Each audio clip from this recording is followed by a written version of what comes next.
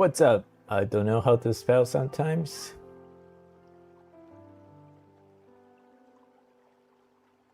Good name, by the way.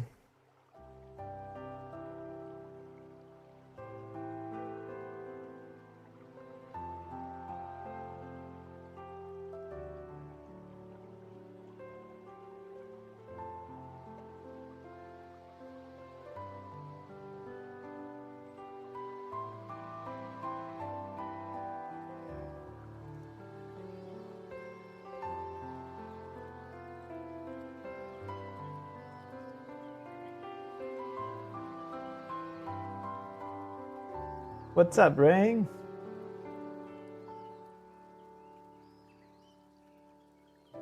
Oh, did you buy the wrong electric bike?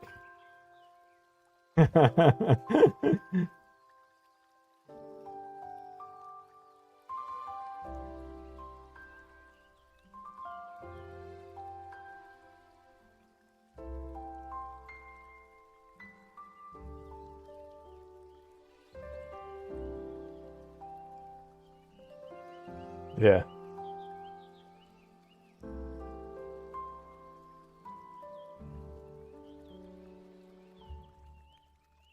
Yeah, I saw that.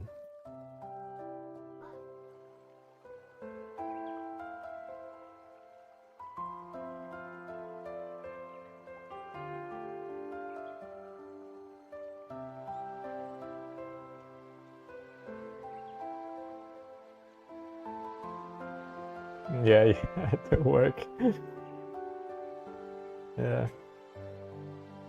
Yeah. Sorry to hear that. But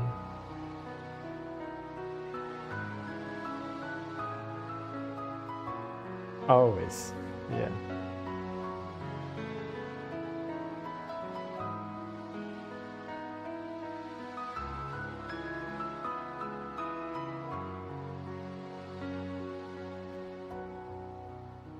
Mm-hmm.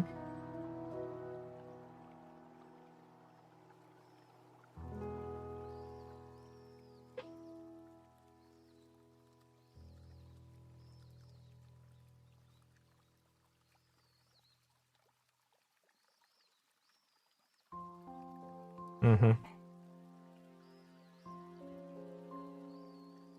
Yeah.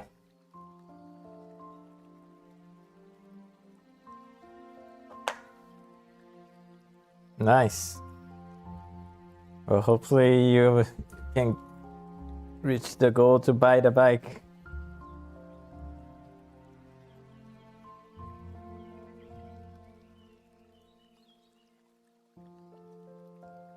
I know.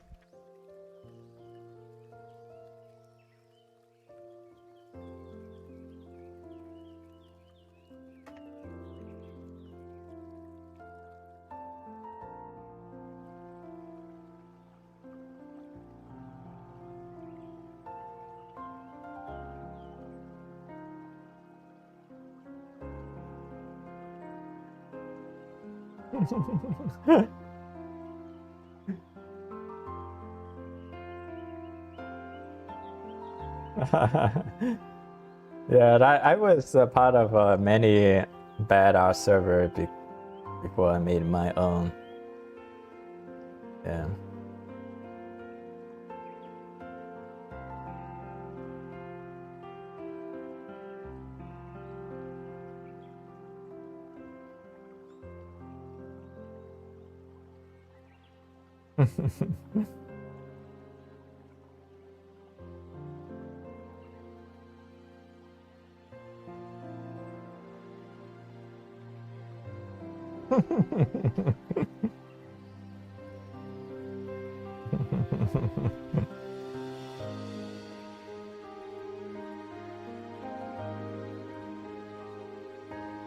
You're not old. You're not too old. No. Am I like almost triple your age? At least double. I'm almost 40.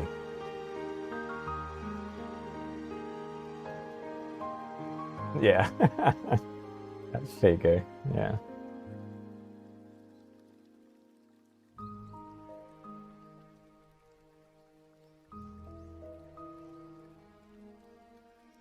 Mm-hmm.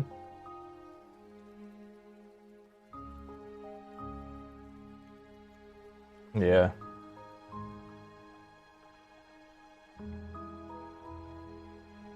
I don't know.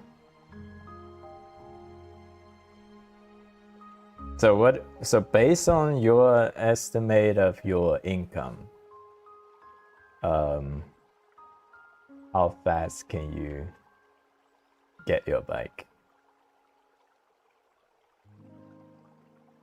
That's,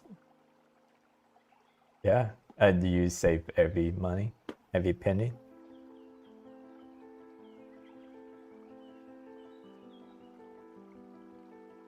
Mm-hmm. Yeah.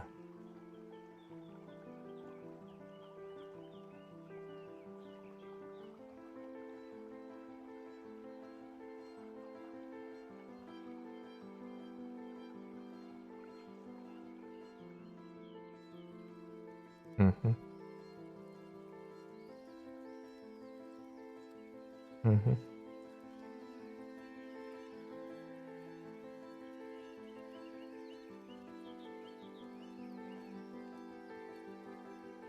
Awesome.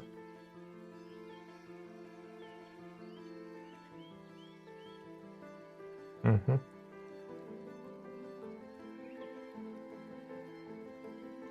So for the time being, how are you getting around?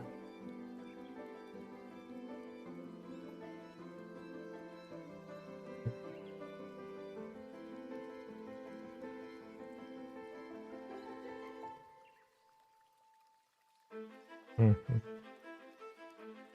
That's nice.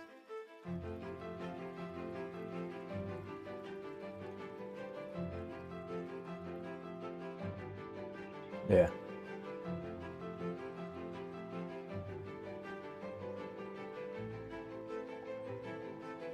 Yeah.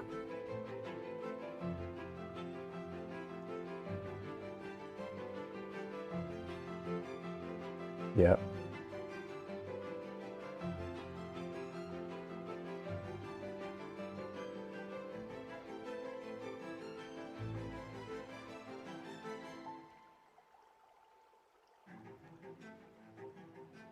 Is it one of those that has like really fat tire?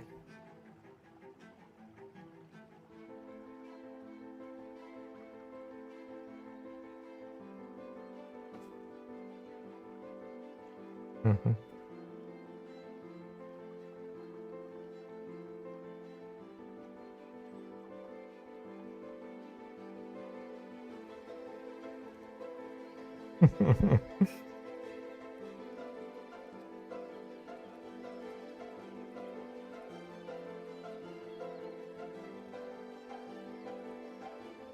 Ah, nice.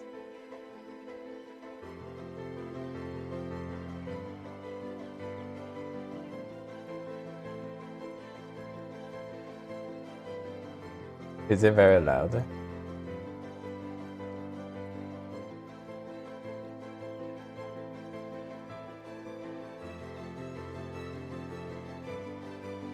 Mm-hmm.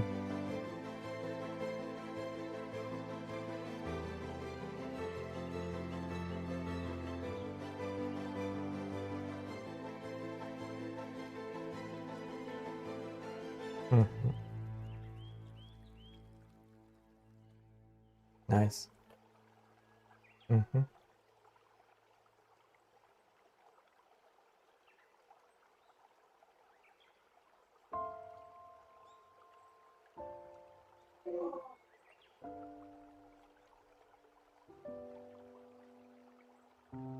Yeah.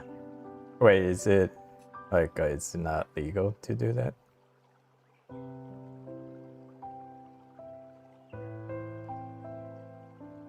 Mm-hmm.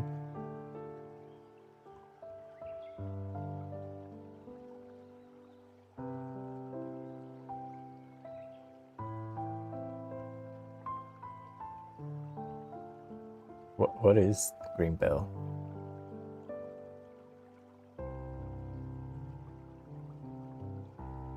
Is that like Freeway?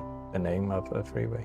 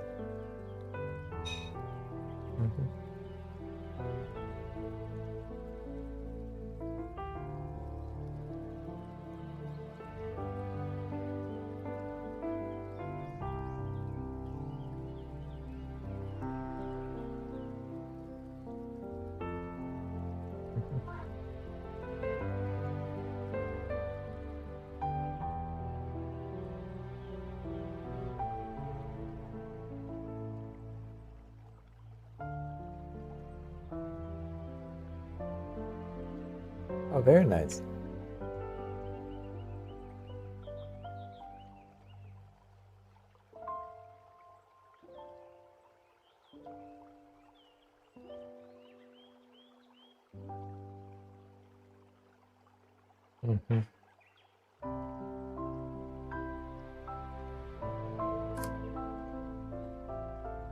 Yeah, I love CD that has green belt like that.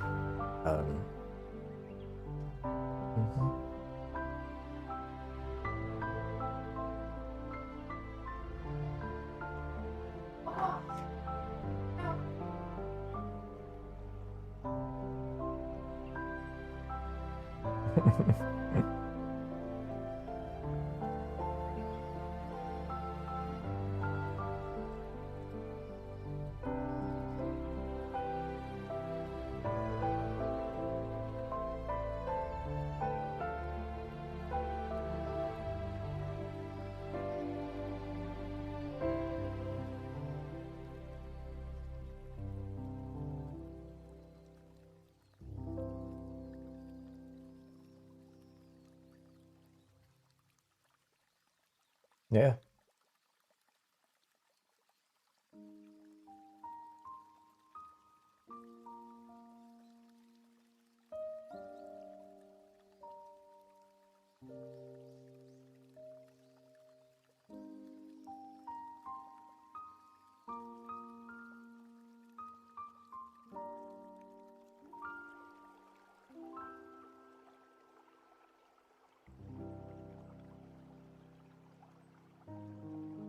Yeah, I think so. I mean, it's a nice to visit. There are a few cities I've been to that has features like that, and I really love that kind of feature.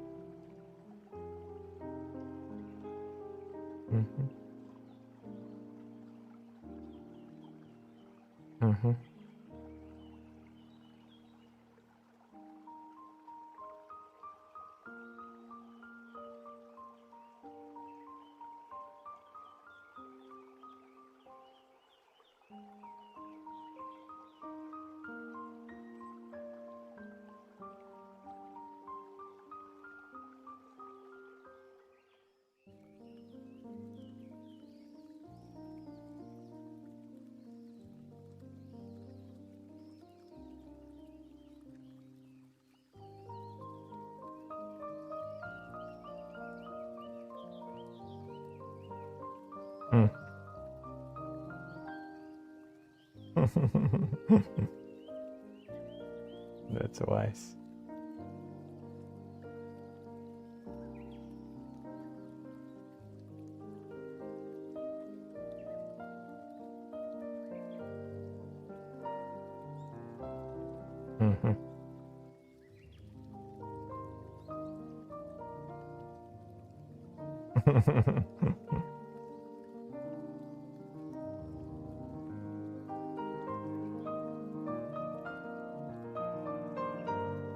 Yeah.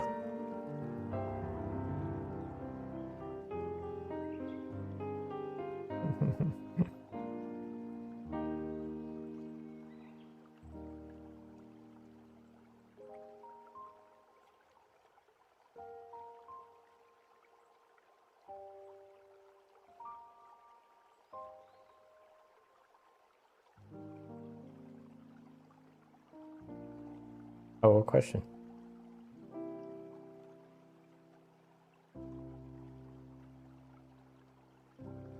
Job application.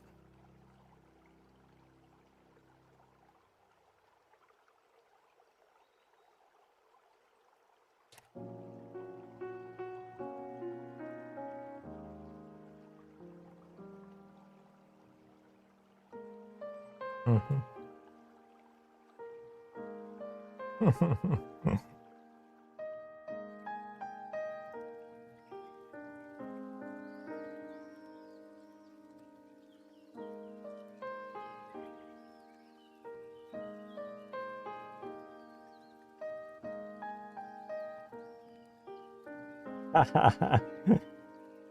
uh, if I have to tell the 15-year-old myself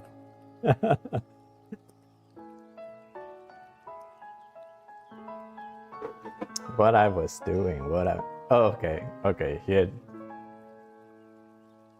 So you and I probably very different.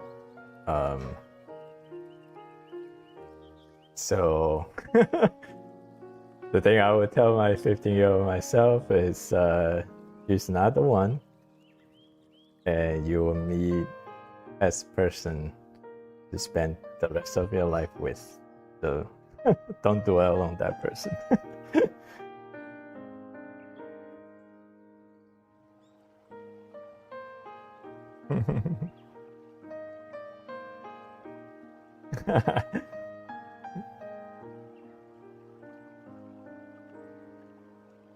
Yeah, I'm always good on that, so not a troublemaker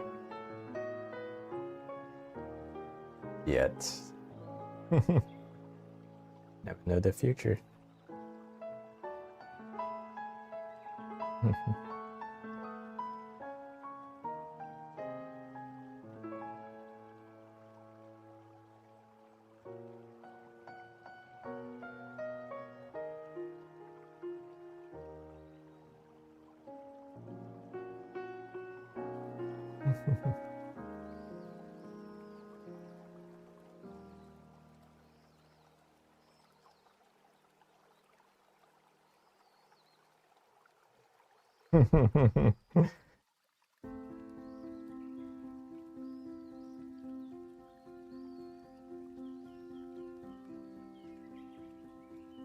Yeah, I think to me a lot of times the advice is not that helpful.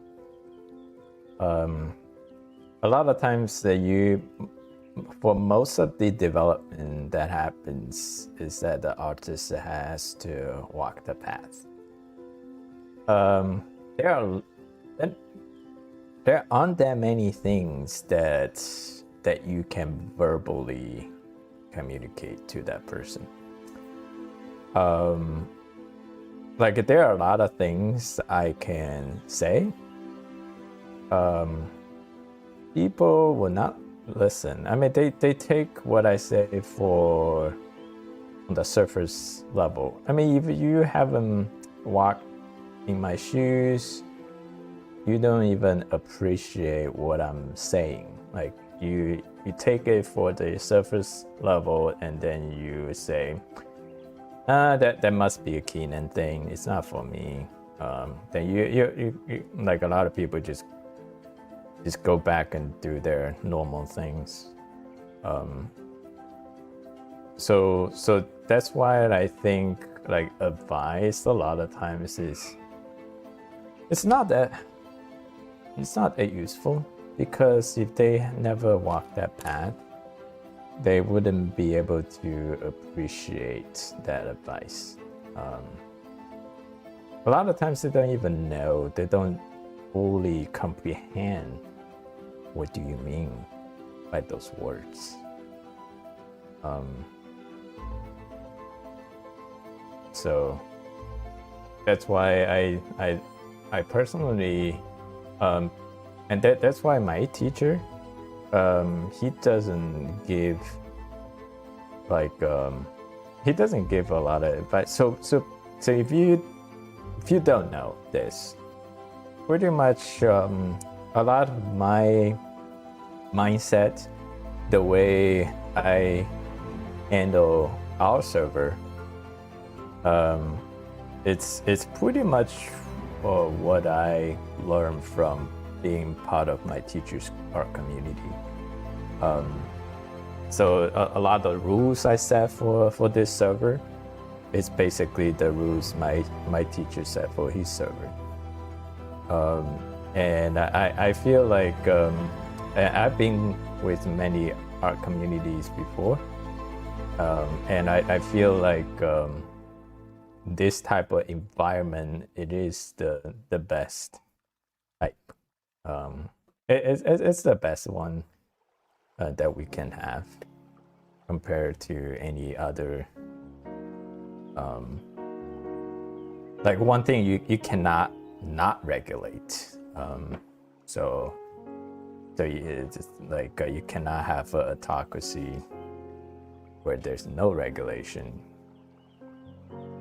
But I'm always a firm believer of minimum regulate and just let people thrive.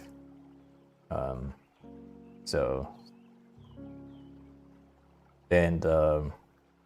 also just go back I remember when I was showing my teacher, like even nowadays I would regard them as bad artwork. Back then when my teacher looked at it, he would still just say encouraging things.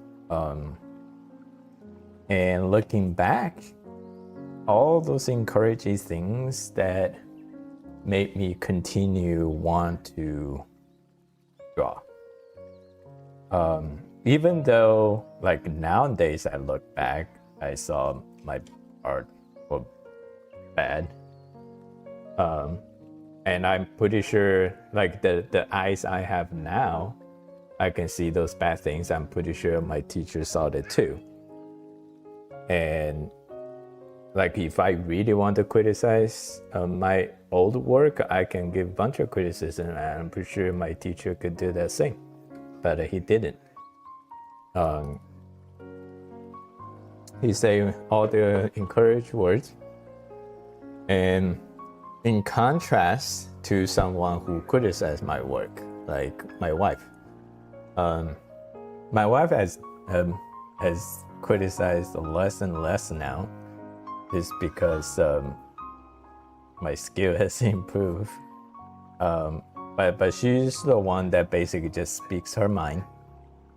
And every time she criticizes my work, that just makes me the most dangerous part is make you doubting yourself.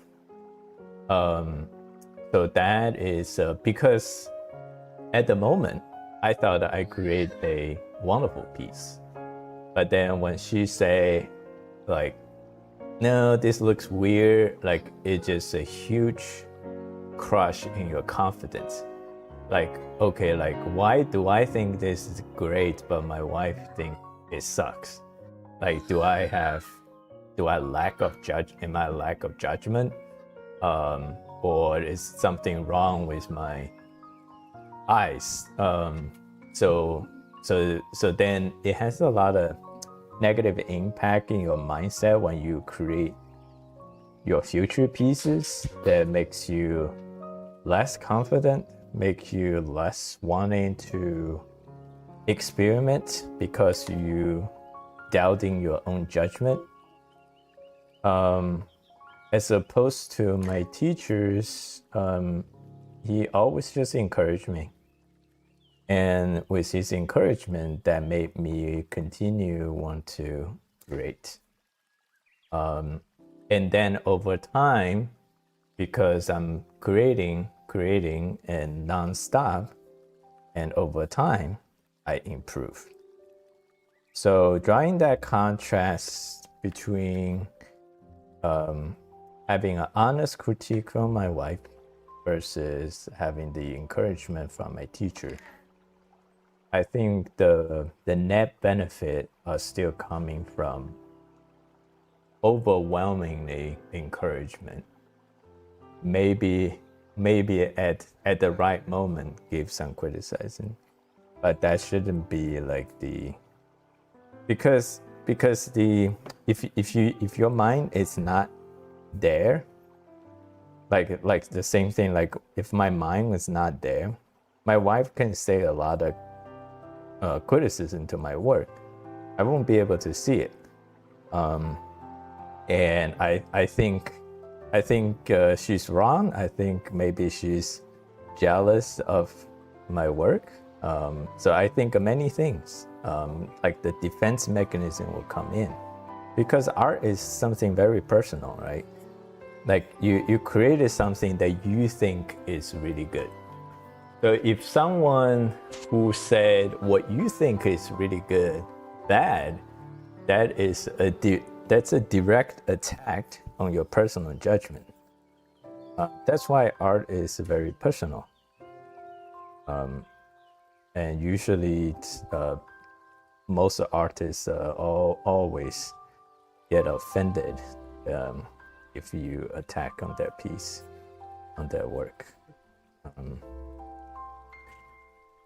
So yeah, so mm-hmm.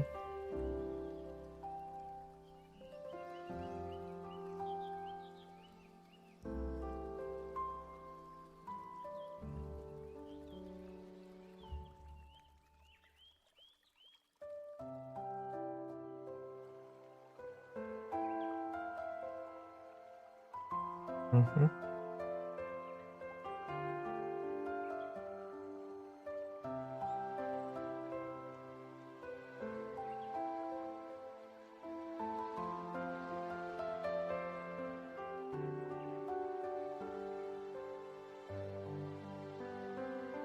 Mm-hmm.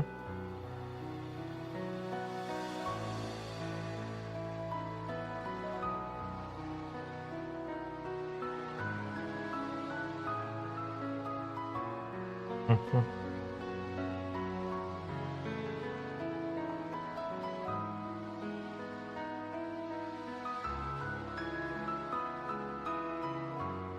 Yeah.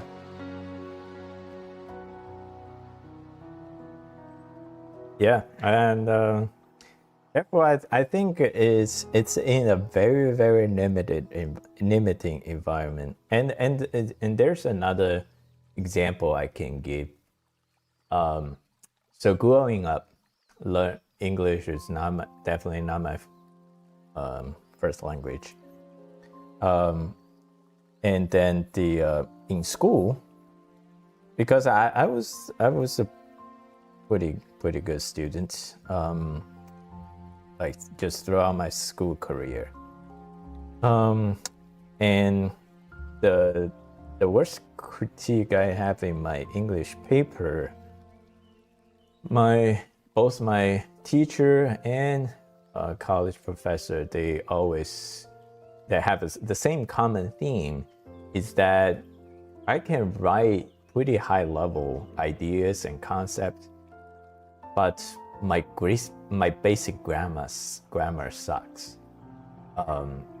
So, and just throughout, like for 10 years or how many years I was in school, I always and every time I always have my if the deadline allows, I always have my friends proofread my paper, and when they proofread it and they will edit it, and then they will point out to me saying like, okay, this doesn't sound right, that doesn't sound right, and then when I hear them point it out to me and it makes sense to me, but when I was writing them, I always confuse about like this scenario, like, oh, how do you structure this sentence? So, and throughout and for the most period of my academic years, I got slightly better in my basic grammar, but it wasn't. I never have transcended through a English as a second language speaker to a native speaker, even for like over 10, 15 years in school. I mean, I think I try really hard because I always work hard in school. But for some reason, just through apparently like basically the act of people, like all my friends, when they review every paper I wrote, they always essentially they kind of always pointing out the same type of mistakes that keep happening. Even though each scenario is a little bit different, but the theme is always the same, very similar. So it seems like I never learned my lesson, just through going through this exercise. Like I write a paper, then my friends proofread it, and then they kind of point out the same. And I feel like having art critique is similar, where, well, number one, you need to have someone who is actually qualified to critique your art, not just some random people walking down the street who does not even do anything art. Those people can have their opinions, but they're not qualified to give constructive criticism. And even, okay, let's just say someone who is qualified to, like, say my American friend who's qualified to proofread my paper, but the act of their pointing out what's wrong, and at the time I was fixing my paper, I thought I learned, but the next time when I'm writing it, and I kind of it's not like I forgot the rules. The rules, I always know the rules. It's just that I always run into like, what if this, what if that, all kind of different scenarios in my mind. So it still confuses me.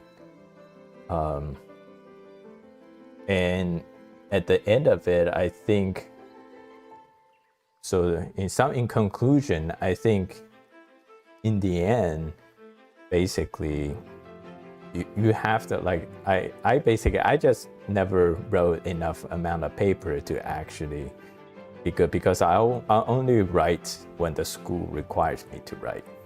So I never really put in enough mileage to write abundant amount of paper to practice grammar. And same with art is, if you only do pieces sporadically and asking people to critique it, yeah, people can critique it and maybe only improve this piece that you worked on, but it will not really elevate your skill, because in the next drawing, if you haven't really improved your skill, you're going to make the same mistake. It's not like you deliberately making the mistake. It's not like you wanted to make the same mistake. It's just that your mind is not trained up to that level to see that kind of mistakes. So you are still making them.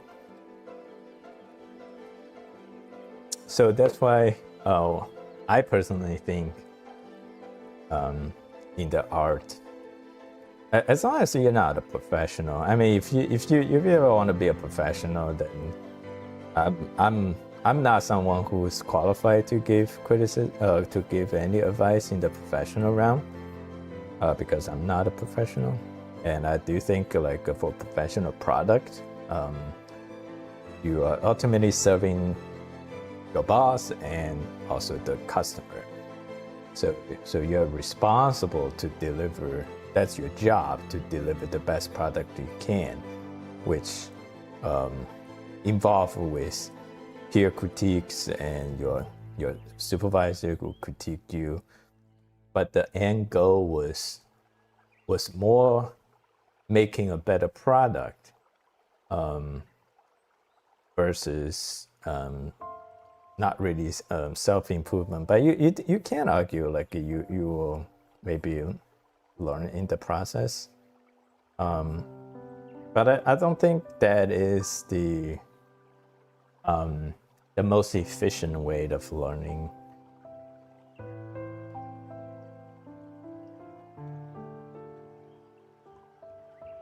Talk too much, I haven't even do too much to my piece.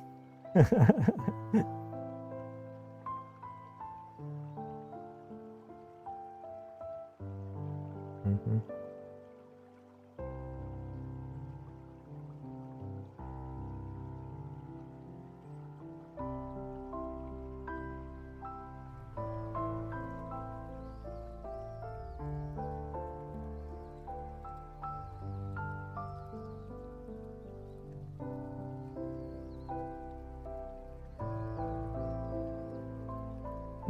That is good.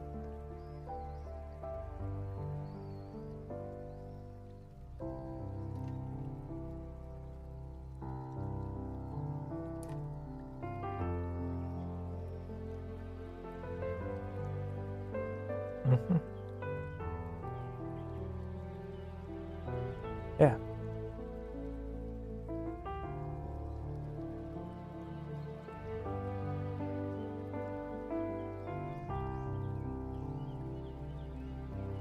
Mm-hmm.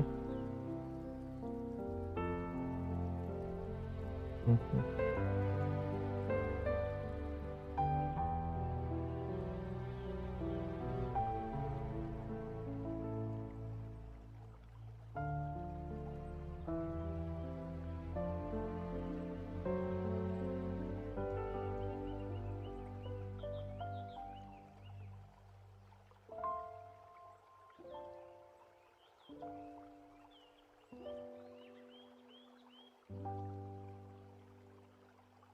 Mm-hmm.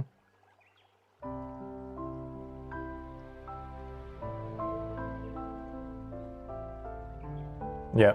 Mm-hmm.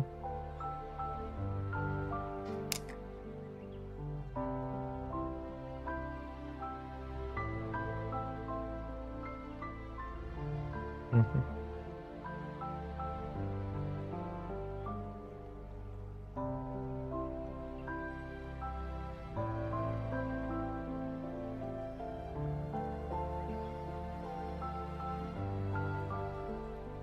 Yeah. Nice. Do you still have contact with him?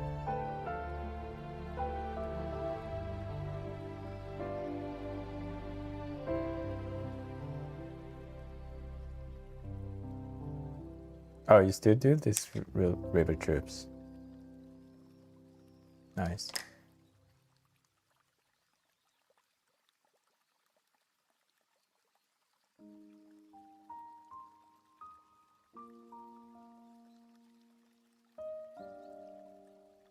Yeah.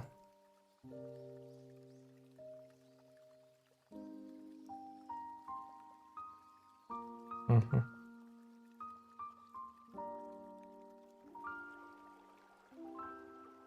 Which one I like to succeed the most? Like, huh? That's a good question. That's a good question.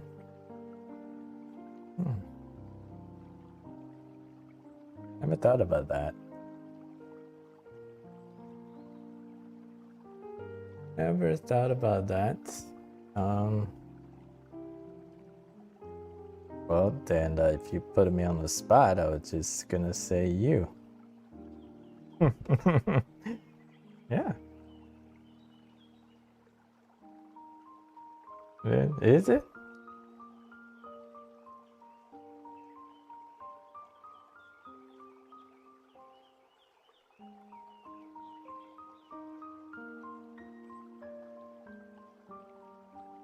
Yeah.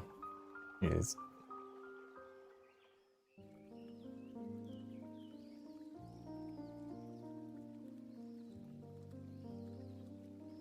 So, you like for your future aspiration, are you gonna do art?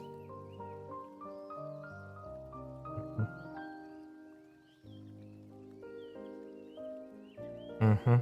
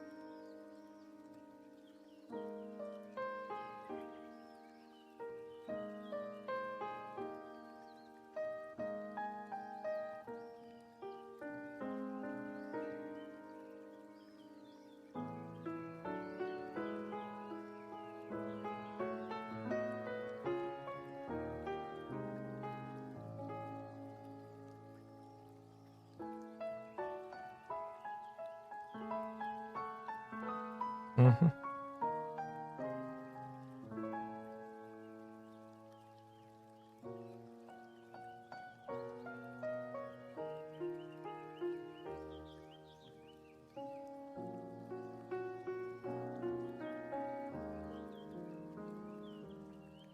Mm-hmm. Yeah.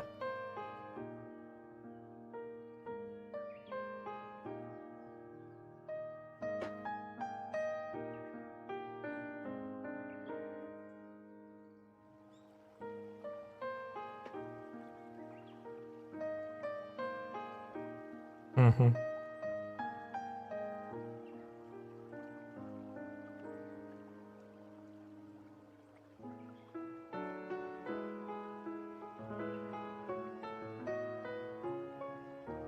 Mm-hmm. Mm-hmm.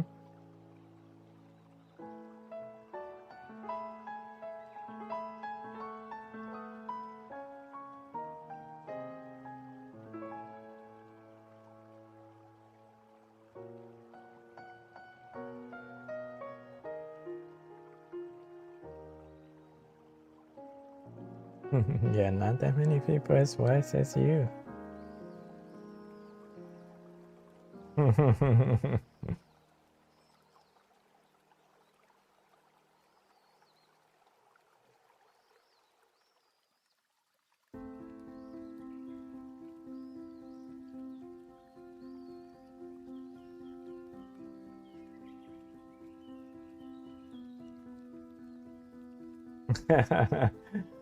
Yeah, that's fine. Yeah. I was just wondering how many cameras do you have using Stream? I have two cameras. One is a desktop camera and one is main camera that films my face.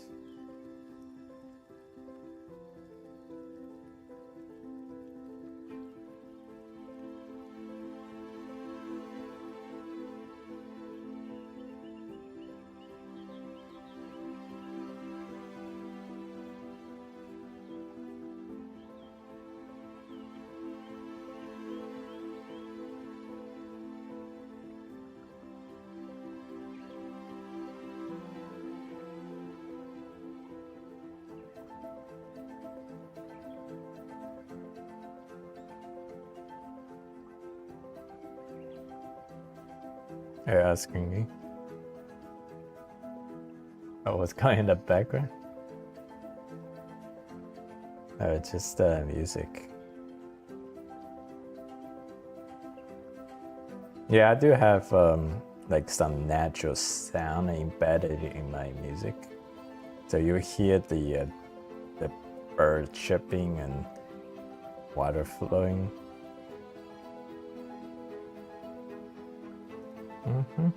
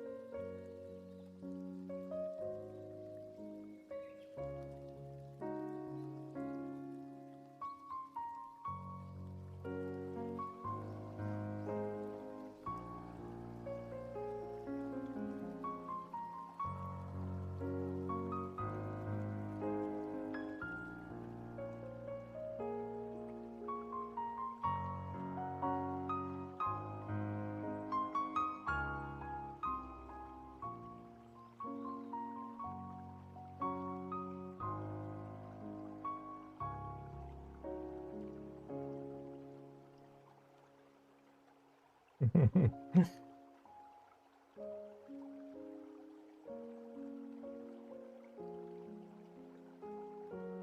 not playing game anymore today? Not playing game anymore tonight?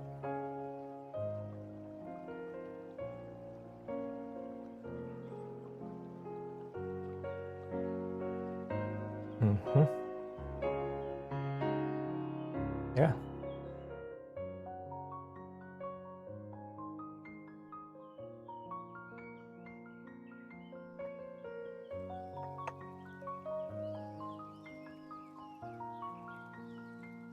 Mm-hmm. Yeah. Sure. What do you mean stream a card?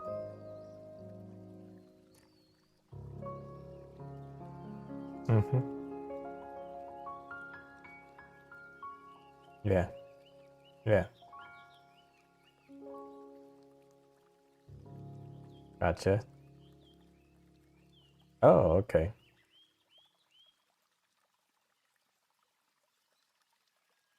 Yeah.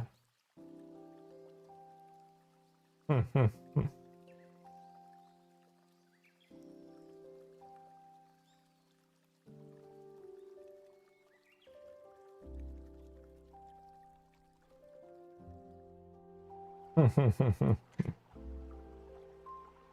Yeah, they always need more.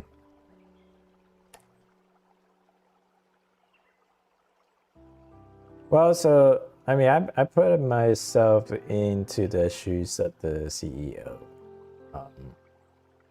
So the CEO is always driven by KPI, key performance indicators, and because that's how he justify how he earned that big salaries. It's because he needs to outperform previous year. So they always need to come up with ideas to drive sales up, increase revenue. And so this is it's all those many things that will add up to the big things that will eventually make the company more money, which is what the executive suites are responsible. That's their job, is to make more money for their fiduciary responsibility duties to make more money for the shareholders. So if you look at it this way, then obviously the CEOs need to make the company more money, and everyone works underneath the CEO is gonna come up with ideas and do everything they can to make their boss happy. And so from that perspective, you can understand like why it seems like the companies are always try to make every dime possible, and that is why.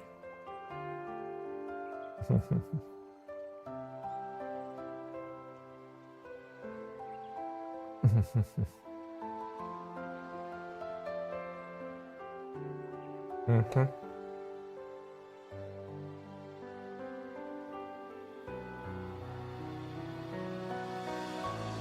Yeah.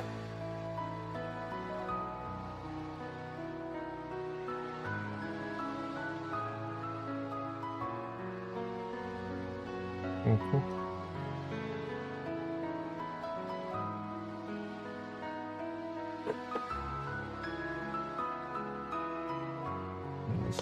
Show me.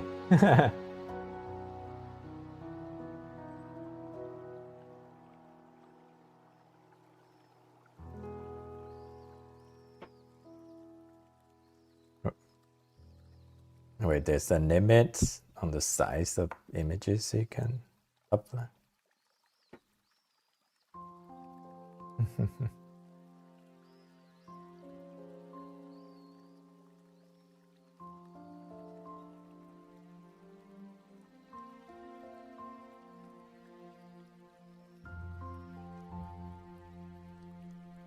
Nice, nice. No, I see it now. I see it now. Yeah. Mm-hmm.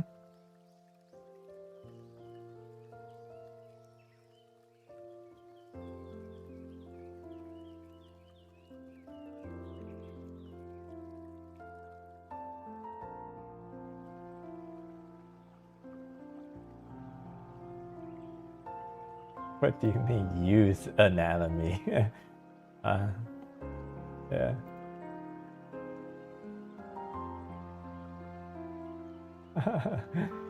No, don't listen to those people.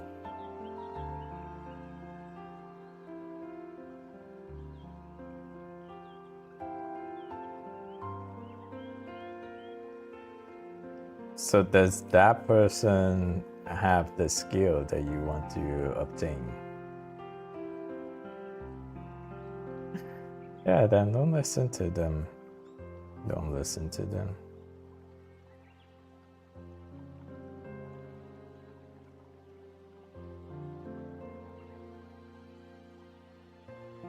So I would only consider taking someone's advice under two conditions or two criteria it has to meet. Number one is that person has something I want to obtain. Like say if that person has a skill that I want to obtain that I think is better than me. And number two is if I don't mind to trade places with that person. So the reason for criteria number two is that maybe the person got to where they were because they made sacrifices that I'm not willing to make. So number one is does that person have the skills or have the things I want to obtain? Number two is, do I want to trade places with that person? If these two criteria are met, and then I will consider to listen to their advice. If not, then whatever they say are just noises.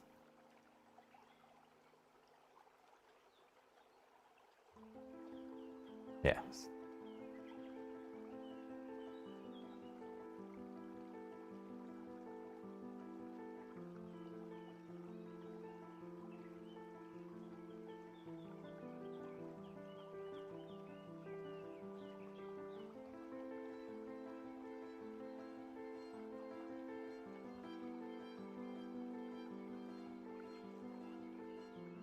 Yeah, I think you also for you should worry a little bit less about seeking advice, especially in the wrong environment. Like say if you are in a art server with full of like amazing artists that you admire, that yeah, I would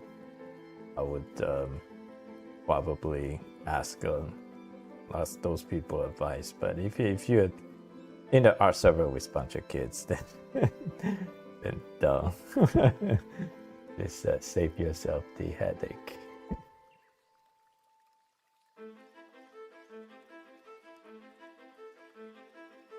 Yeah.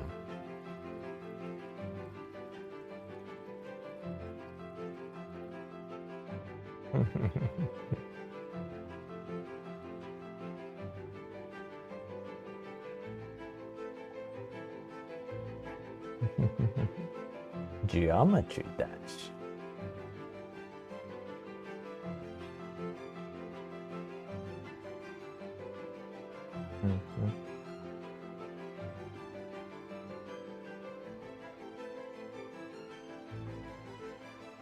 What's the definition of slop?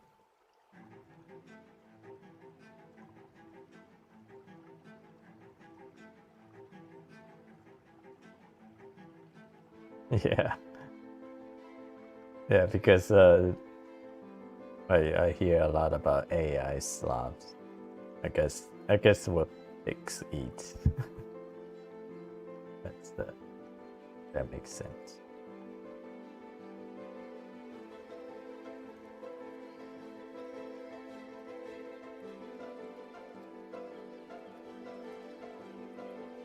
All right.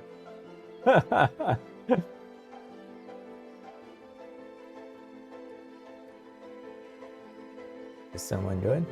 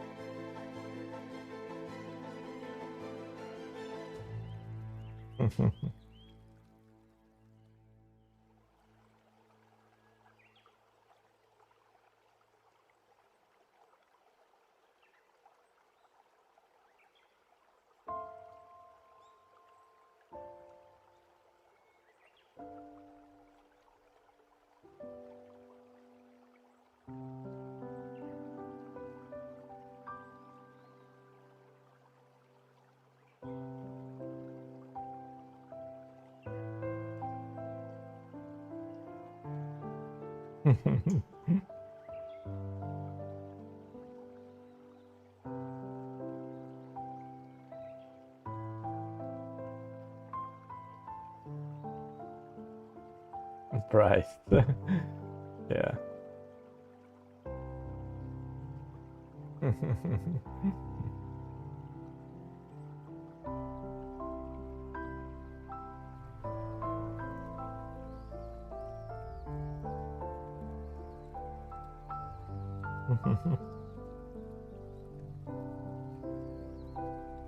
Kente Cabo, hi.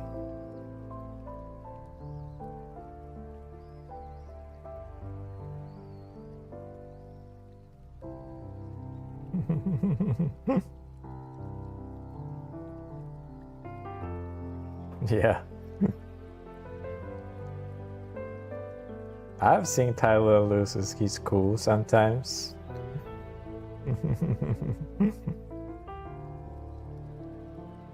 And certain subject.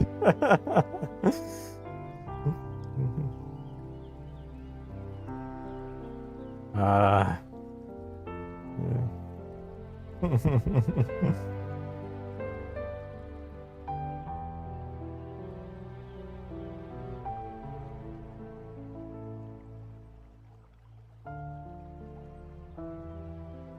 And see Tyler loses his cool, use the word art block. That would trigger him.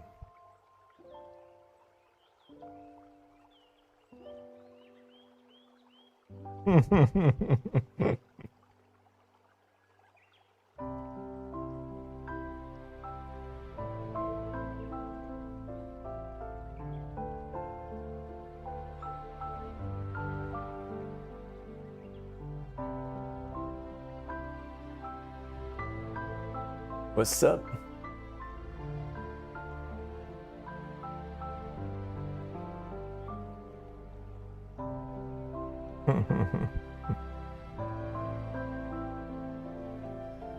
Oh, that's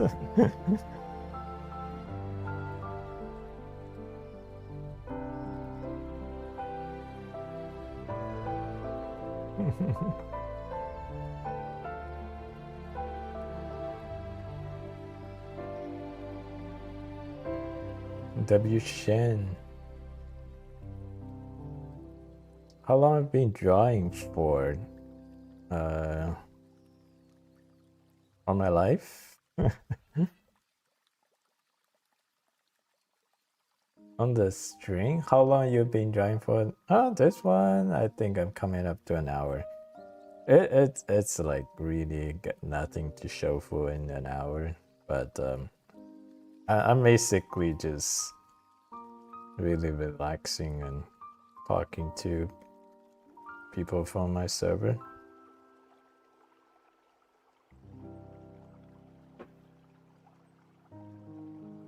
Yeah.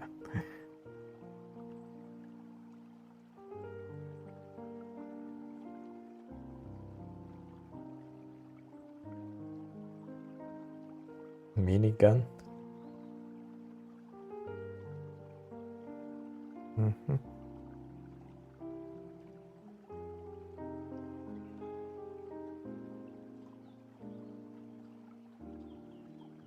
You playing another game?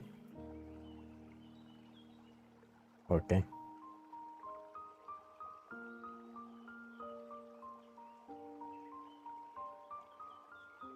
Are these all indie games?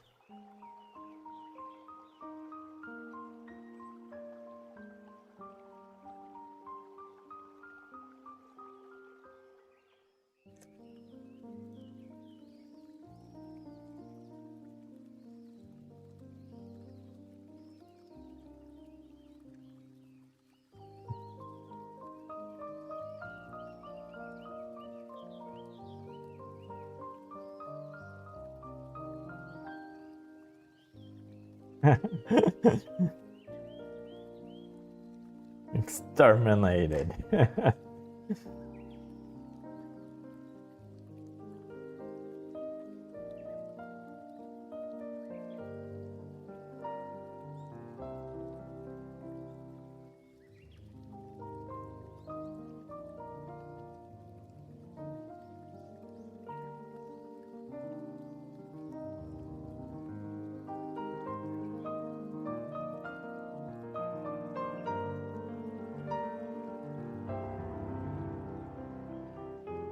Summarize in this GIF. Where is the GIF? We're waiting on GIF. Is it GIF? Oh. Is it GIF or GIF?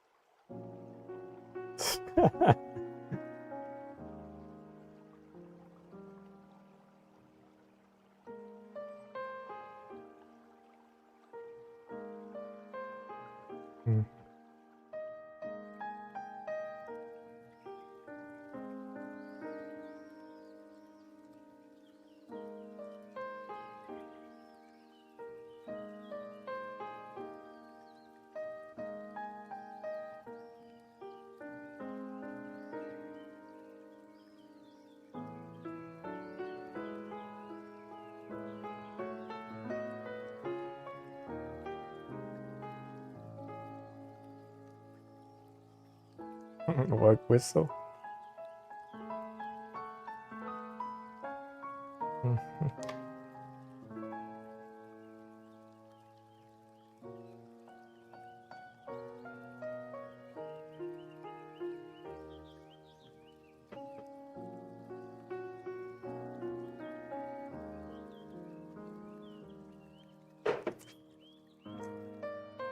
Yeah.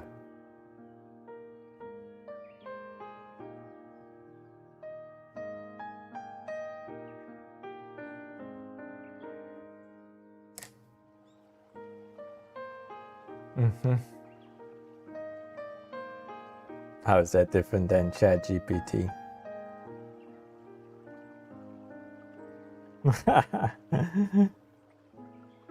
Yeah. Yeah, too many people. I mean, do you have students in your class using ChatGPT?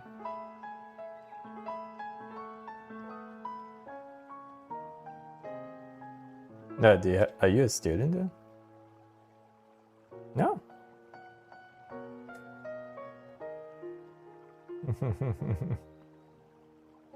I thought you were in school. No.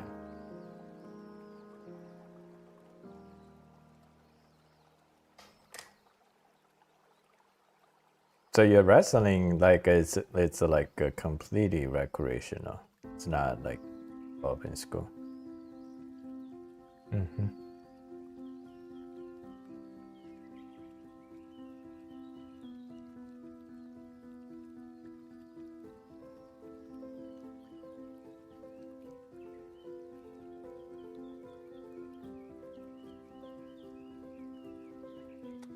For you, like, what's the difference between wrestling and then like jiu-jitsu, Brazilian jiu-jitsu?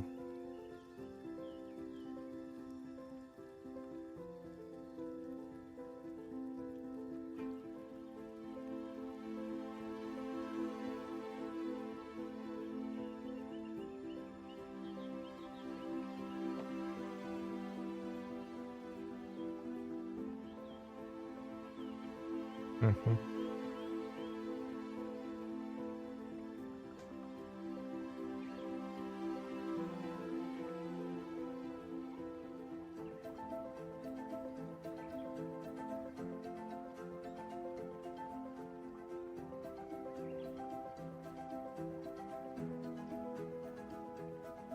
Mm-hmm.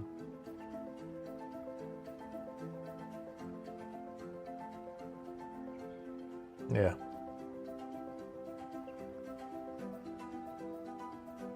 Yeah, but okay, like for us, there are no recreational wrestling. I do see a lot of jiu-jitsu, and then I also sometimes see Brazilian jiu-jitsu. But the only place that has wrestling is school. That's why it's yeah. Mm-hmm.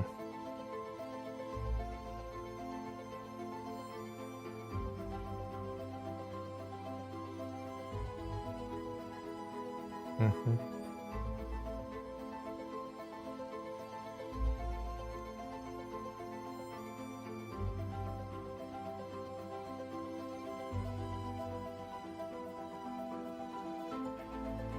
Mm-hmm.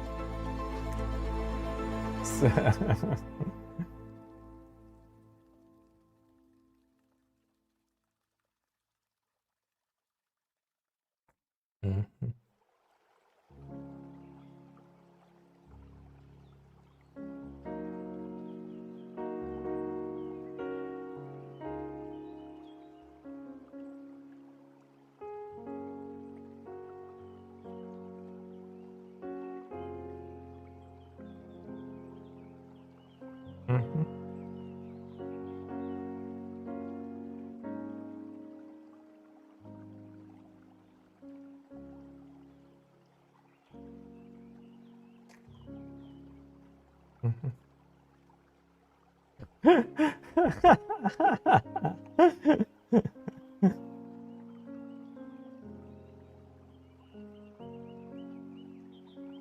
Mhm.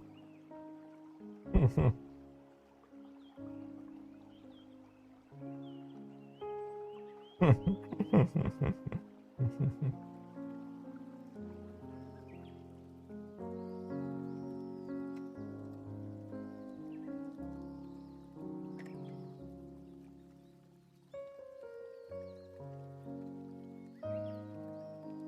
Mhm.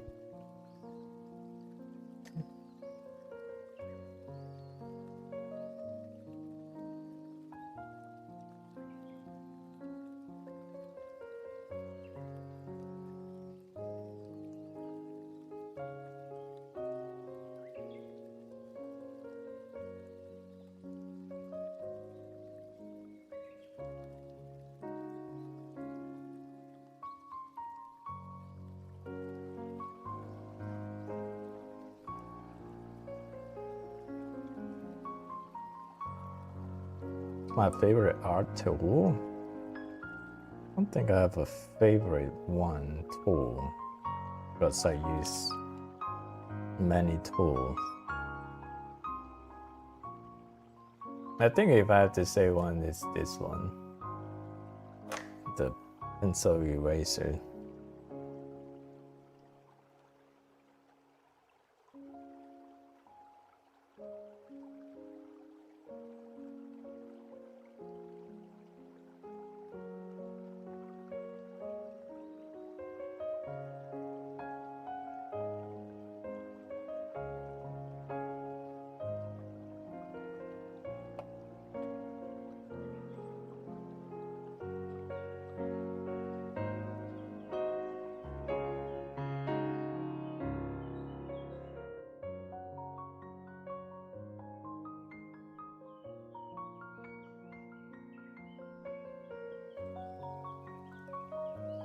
All right.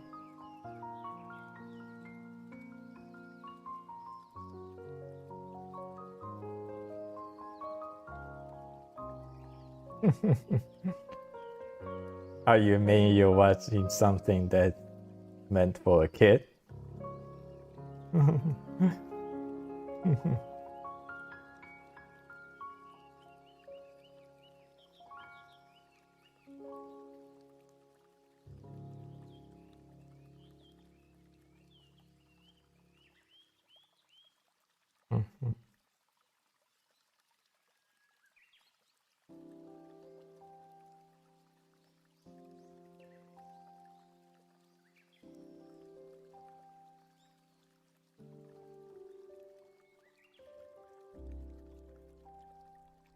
You need more dough.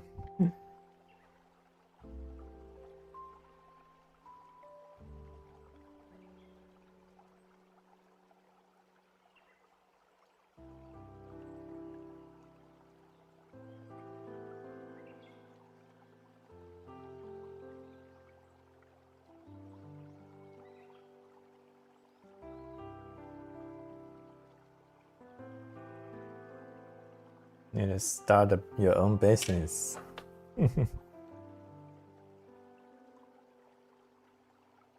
Yep.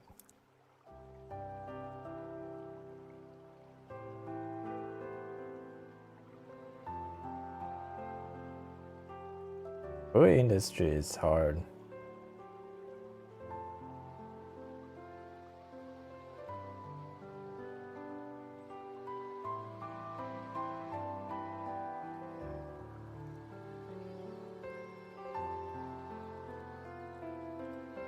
What manga anime are my favorites? Got that ask in the chat. I haven't really read any manga. I think the most consistent manga I read was Dragon Ball Z. Then I graduated to just watching anime.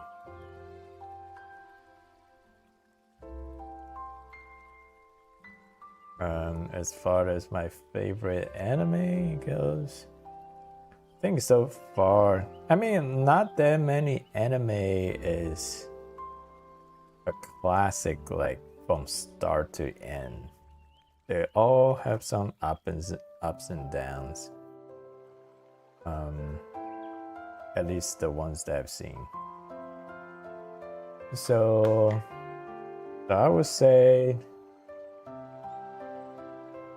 if it's like, if we're not talking about like movies, just series, TV series, anime series, I would say my favorites is the Neogenesis Evangelion. It's pretty awesome from start to finish. I didn't like the movie that much, but the anime series was amazing.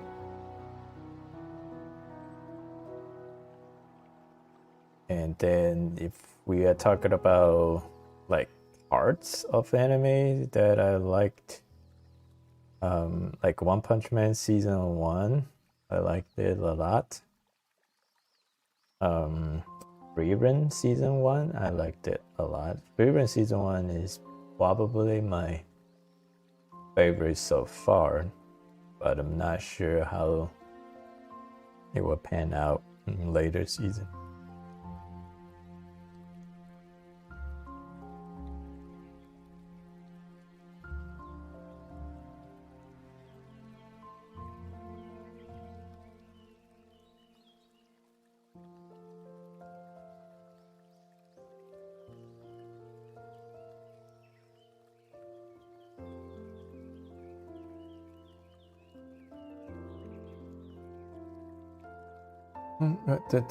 Working in what? You're not familiar with Ghost in the Shell or Akira Blind Spot? The Ghost Akira, Apple Seeds Blind, The Last Vampire, maybe a few other. Otherwise, I generally don't care. Anime, manga, or SpongeBob, but mostly just time killer, not being because I'm invested.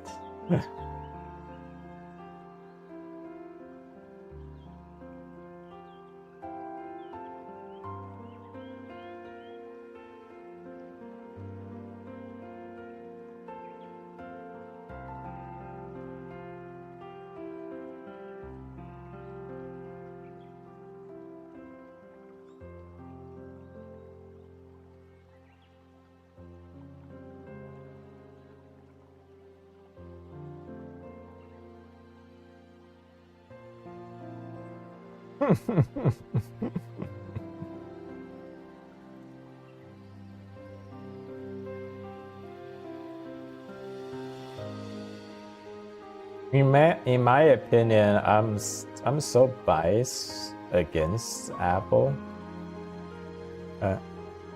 I know they're so good, and my kids love Apple.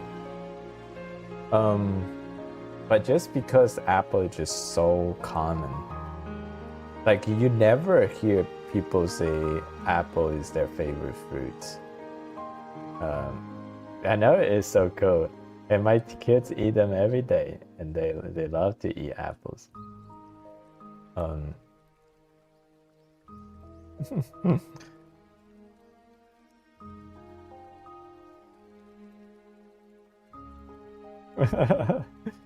And then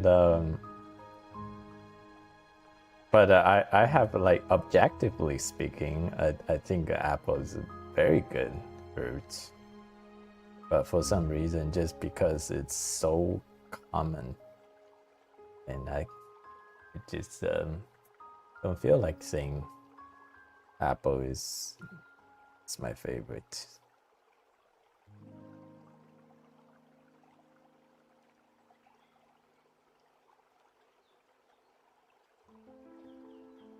Like if you ask me to compare, I will always go against Apple.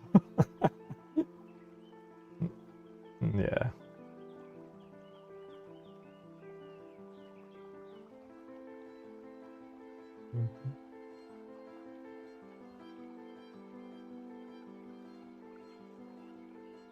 Apple. I know. Actually, I eat apples with my kids, and I don't eat bananas.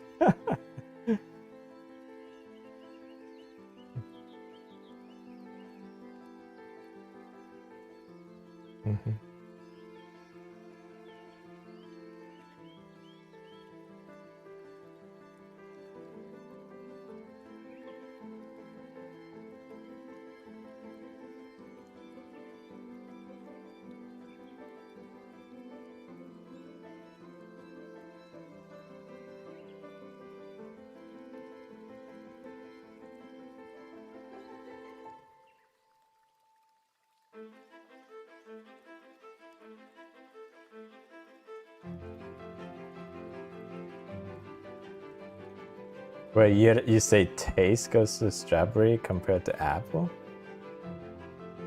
Actually, I know. I mean, most of the strawberries I have are always very sour.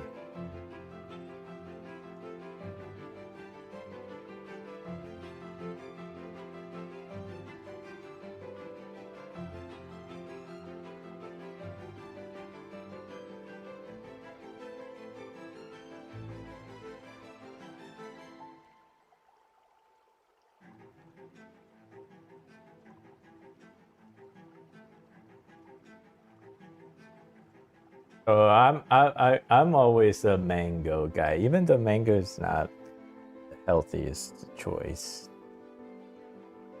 Like mango can go into any dishes, especially mango in taco. That's like some mango in taco.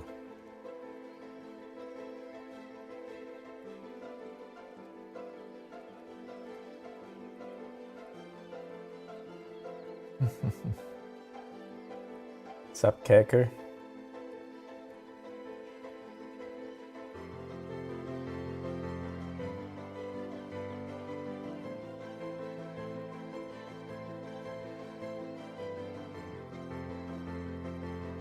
Mm.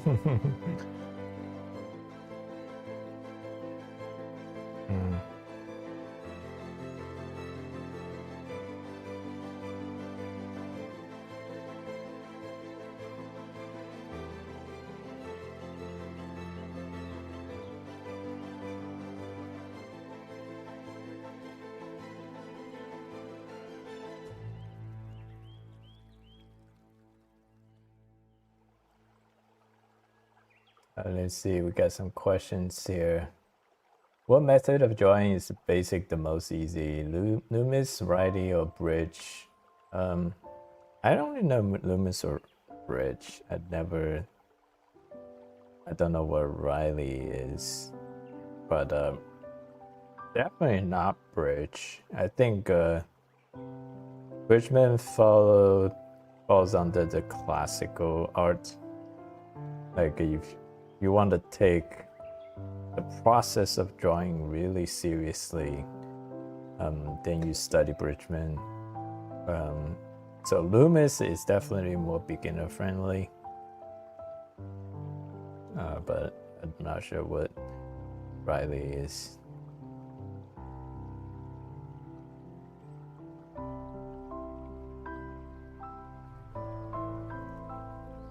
Yeah, another one of those guys. Thanks, Tyler.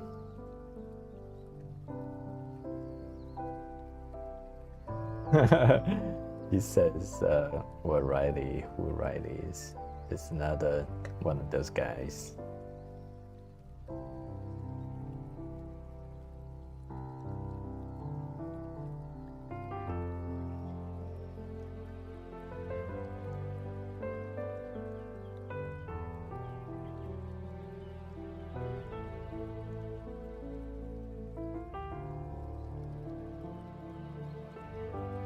How come you're not streaming it? Oh.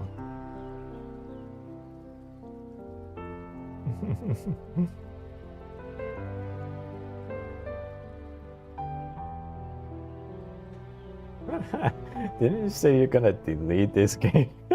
Just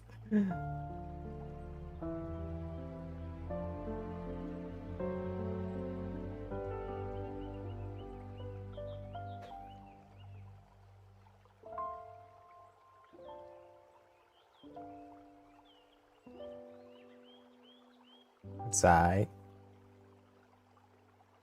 Are you saying geometry dash?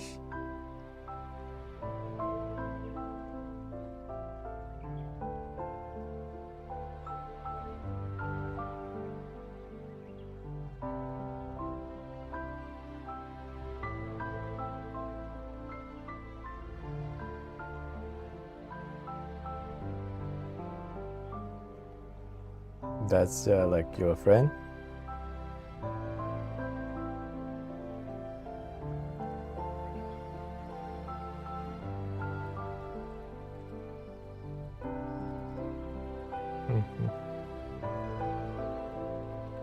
It's me, Miku. I drew Miku earlier. Hey, Miku. You're such a huge fan of Miku. I see that. I have a viewer in the YouTube chat. The handle's name is Hatsune Miku. This person call themselves Miku.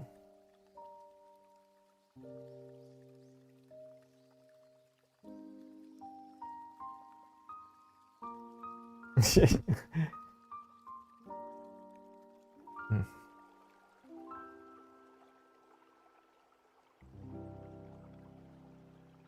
Hmm.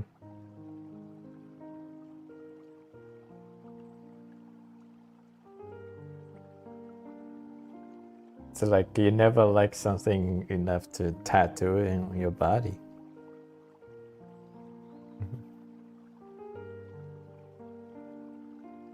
Mhm. Thank you, Mick.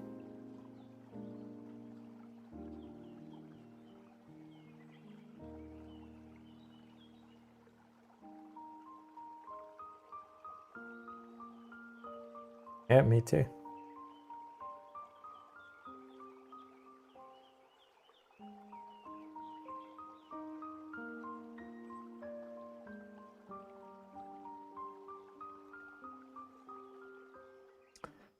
Let's see, man, Discord voice absolutely nukes my phone battery. I continue to hang as long as I can.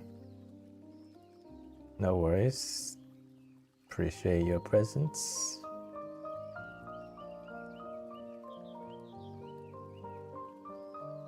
Oh, bye. Bye. Actually, kind of like surprised. Just have like 21 people watching this stream.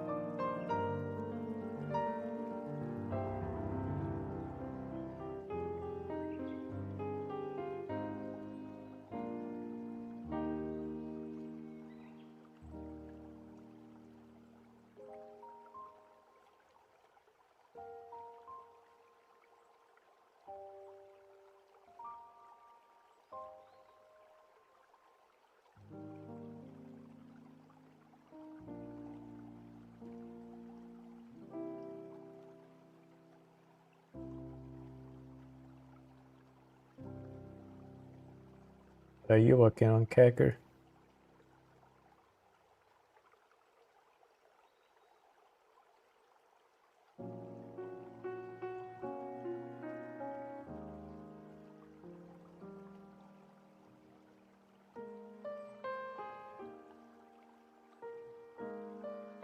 Camo in the night.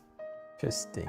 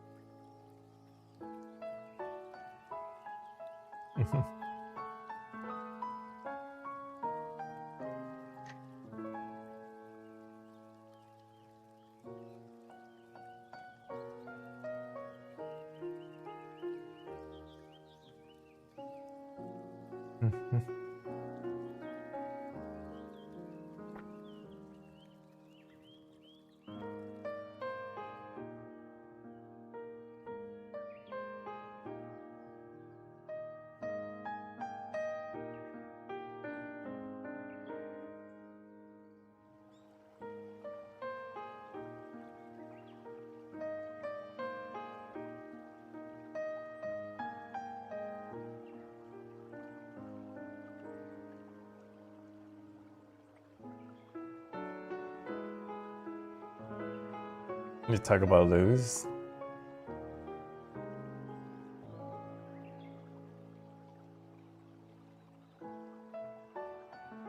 Yeah, just to do that.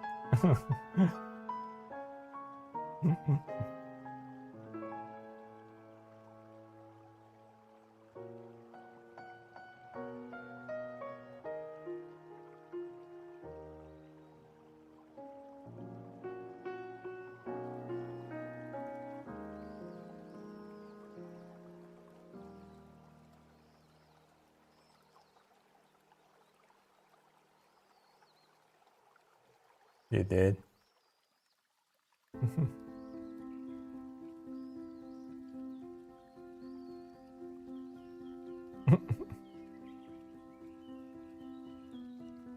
Yeah.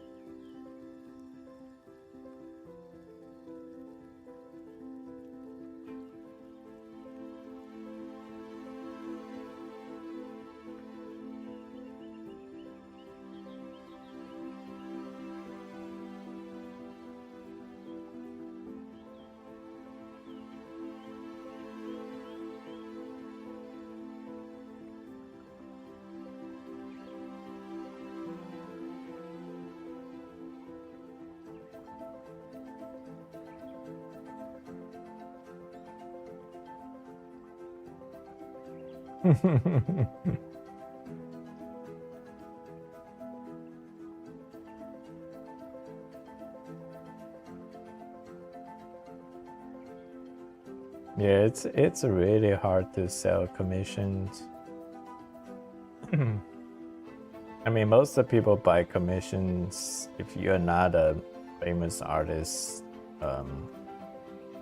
It's just for support.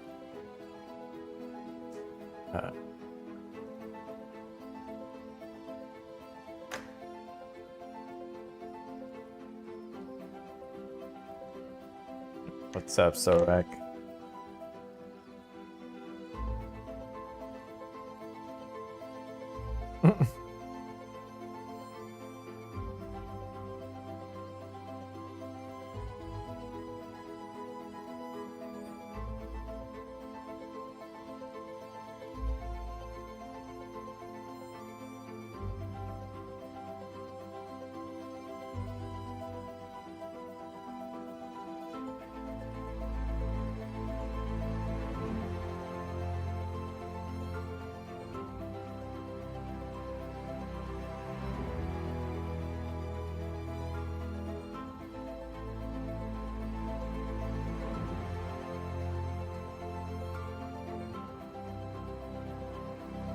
Absorak.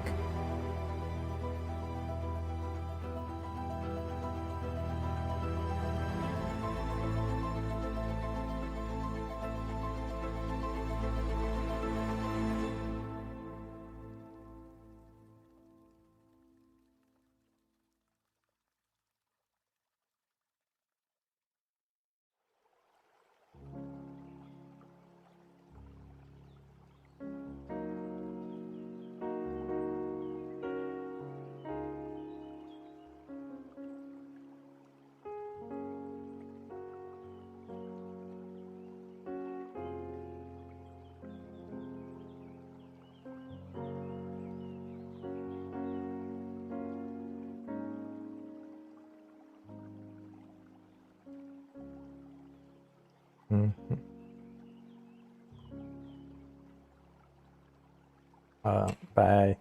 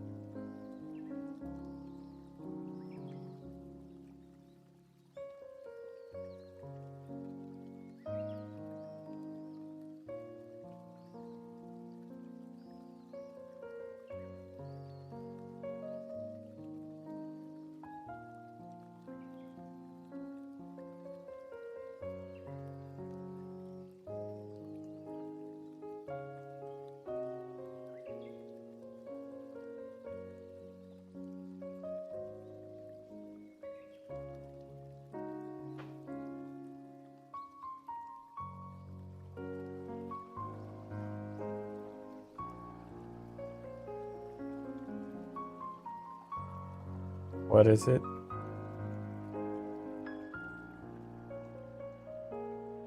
February. Yeah, it's like a figure in February. February. Figure drawing in February.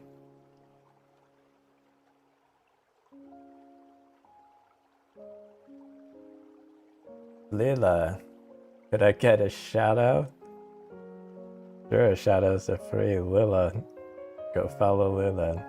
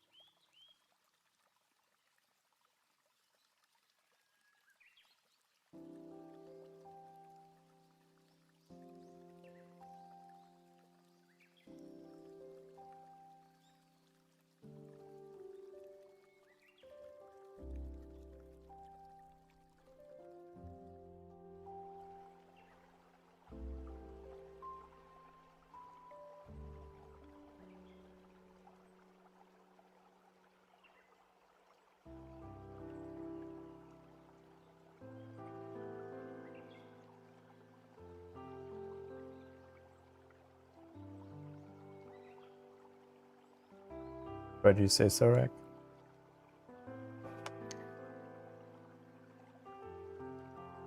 Jaxie. Generally, lots of gesture per day, maybe time challenge if you're feeling risky on any given day. At least that's how I do it. Sounds good.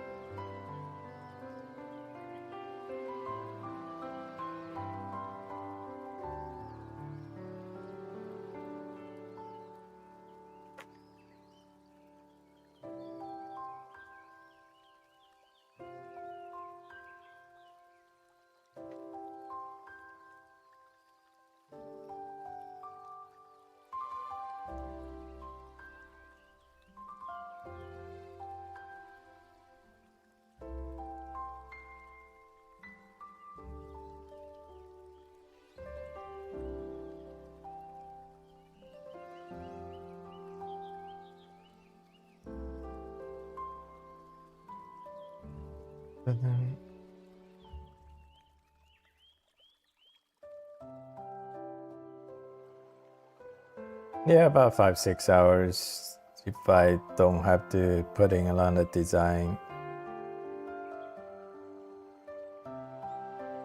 It can easily go to like 20-30 hours if I'm doing the design.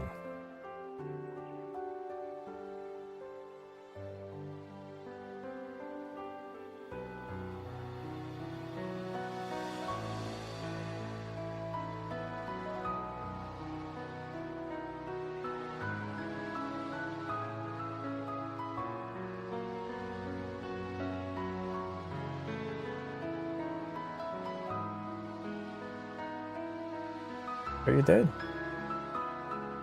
Nice.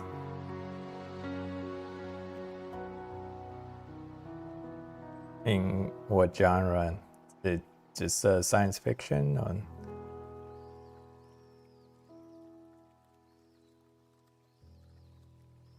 Mm-hmm.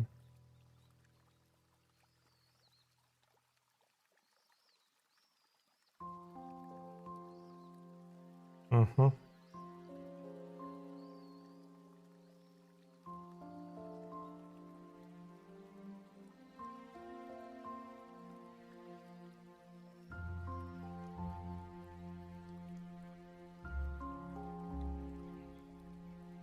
Why do you think the course is better than the like if you can just no, I'm talking about the most of the story part, like don't you can just find a YouTube video about it?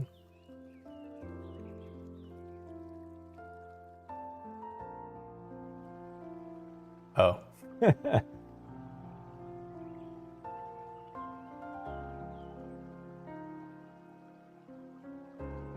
Mhm.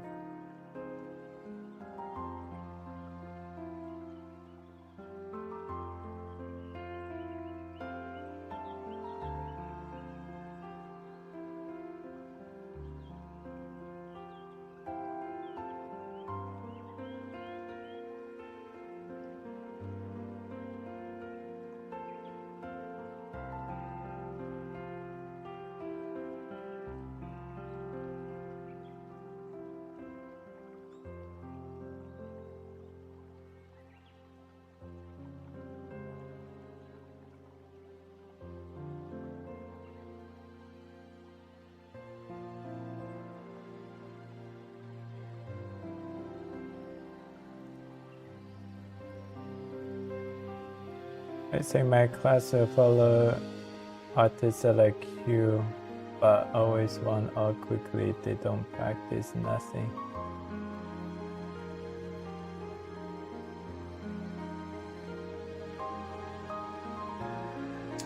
Oh, thank you.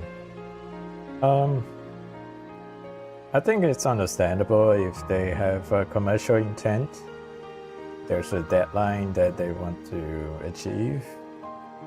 There are certain things you can do to improve your progression efficiency.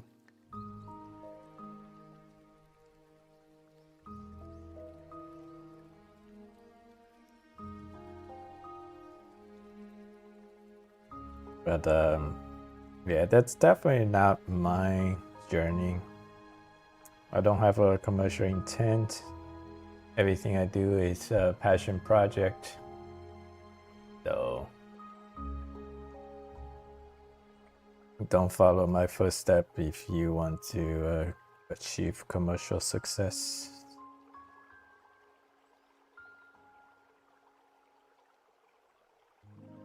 On the other hand, if you are a well-established middle class or better, and you want to learn art in your free time, that's my crowd.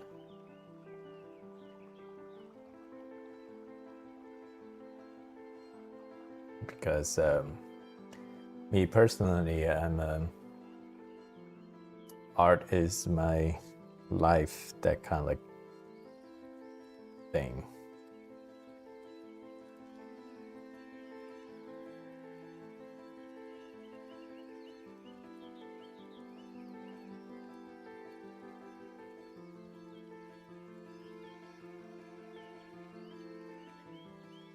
Hello, Akehoshi, thank you. Thank you for saying hi. Yeah, I have.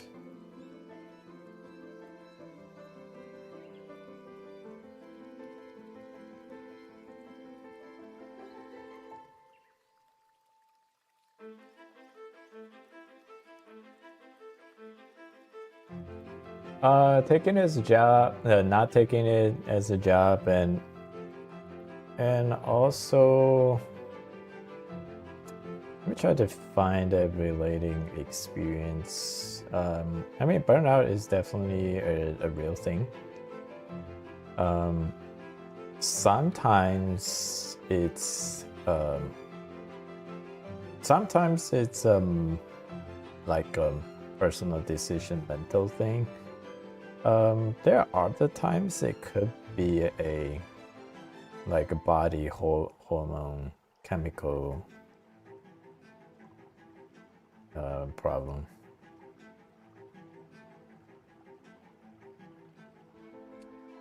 Yeah, I mean it's a combination. There are times that I feel like I'm less motivated, and then there are other times I feel like I'm very excited, like I can't wait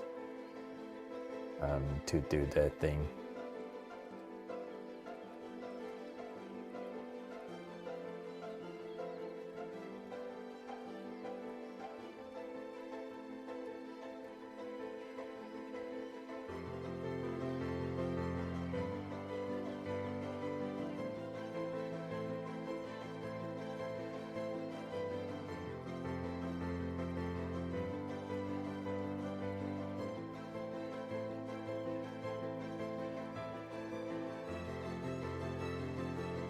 How about pirating? What about pirating? Let's see. General lots of okay. When Steel was going last year, I did the third. They refined the okay. Why did you get into that Absorak? How about pirating? Famous and no one really knows him. Fantastic and never change. Wait, did someone? Oh yeah. My grandpa is an artist. He's a little famous. No one really knows him. Yeah, that's a good comment. What time is yours? So I'm an hour ahead of you. It's 10:27 right now.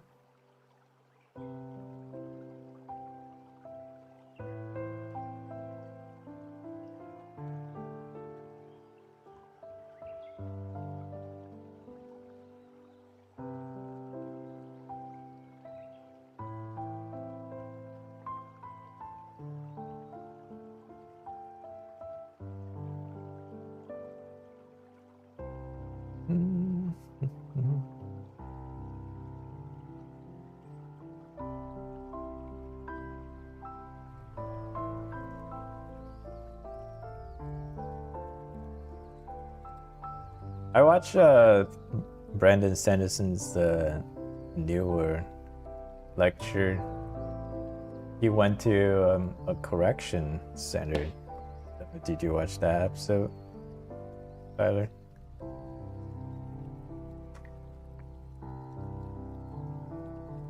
Oh, you did. So you are definitely a much truer fan than I am. But yeah, Brandon Sanderson, yeah, the Storm, yeah, author. Yeah, one thing he mentioned that resonated with me really well.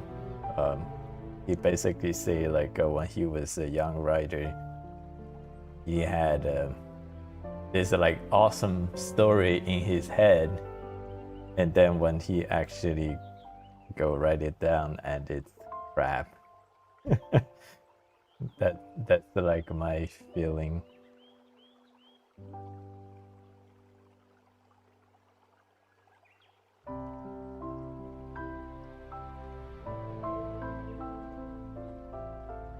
Yeah, if you, I think, so here is the thing I found challenging.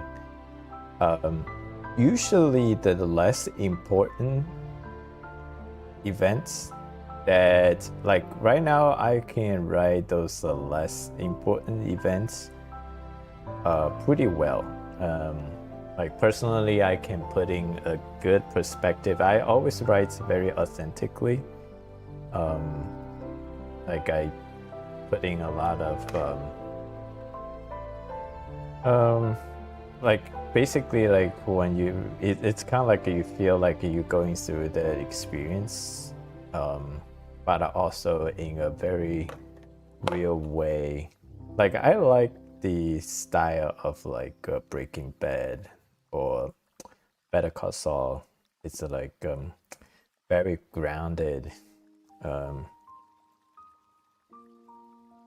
That's like my style, like my storytelling style. It's always very grounded. It's no like a plot armor, things that like that.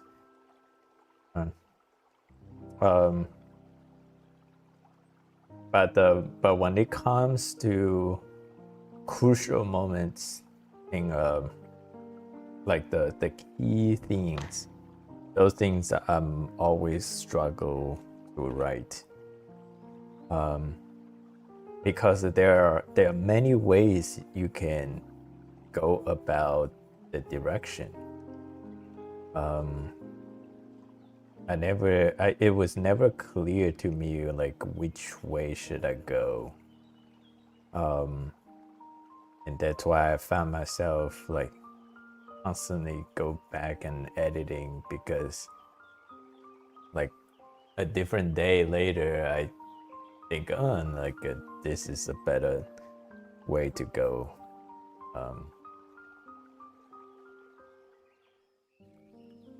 So that's the challenging, like basically any theme that actually is really important to the main plot.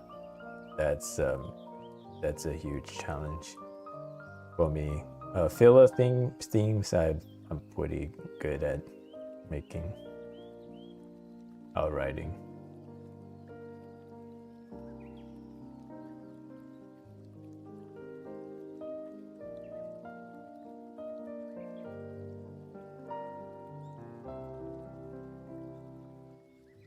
But that's probably the same challenge every inexperienced writer faces.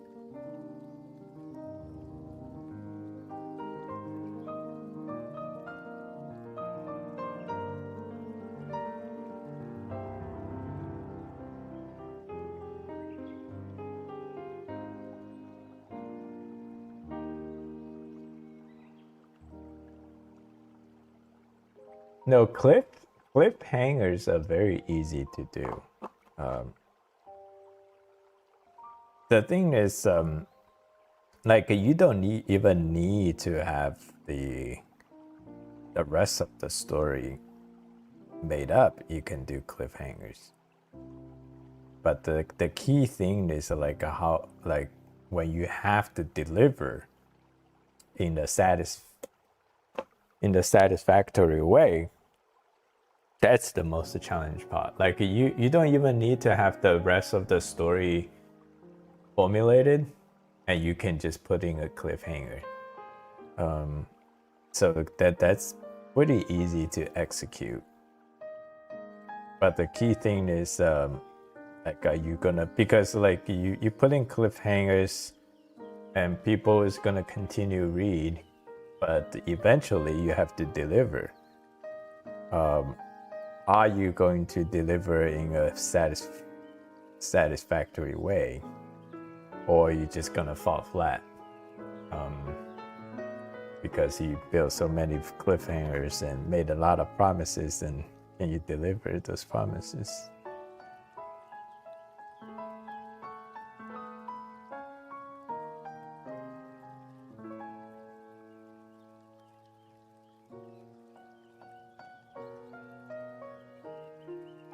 Oh, there's a lot of them.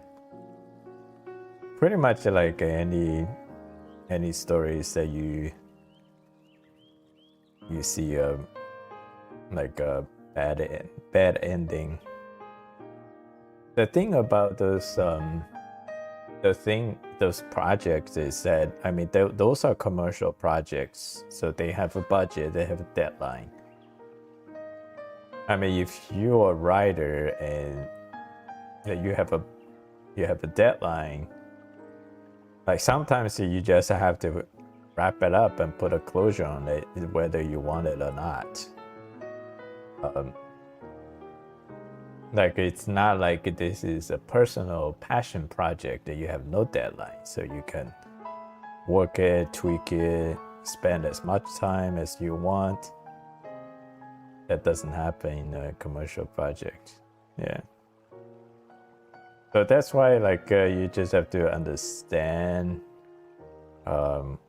like certain shows that become bad like after a few strong openings.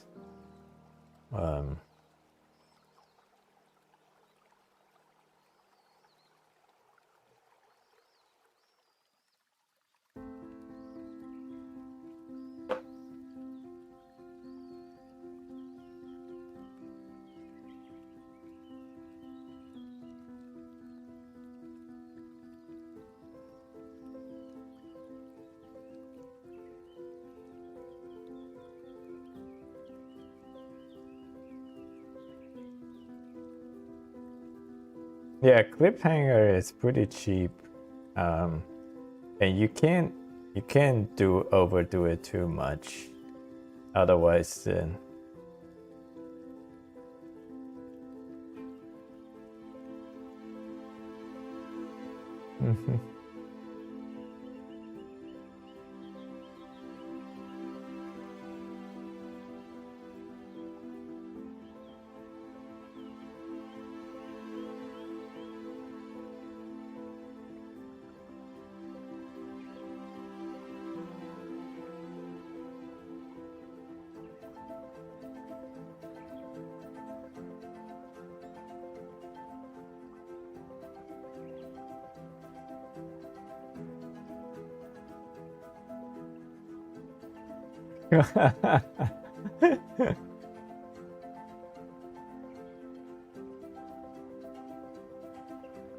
Yeah,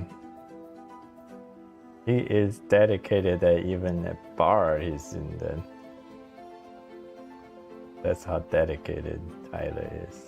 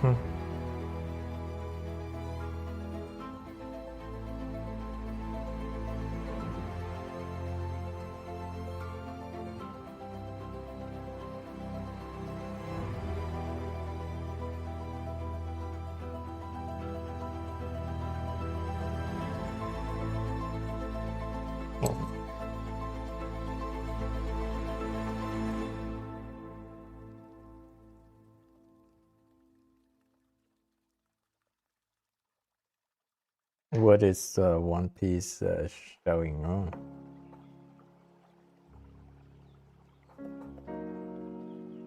Oh, it's the. So you just like recently started watching One Piece?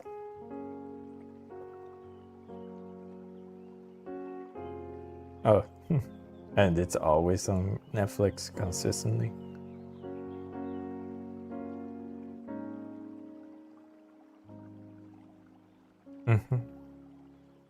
Yeah.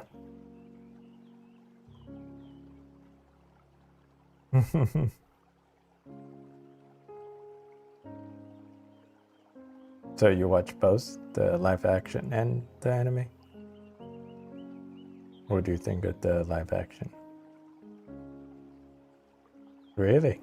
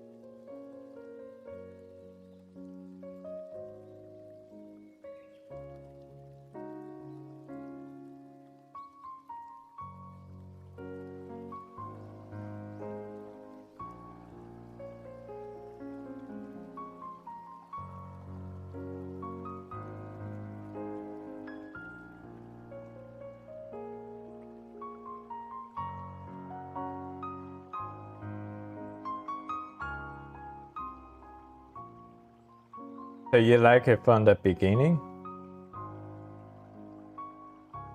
Or did you like commit it to a certain point and then it just go this and never let down since?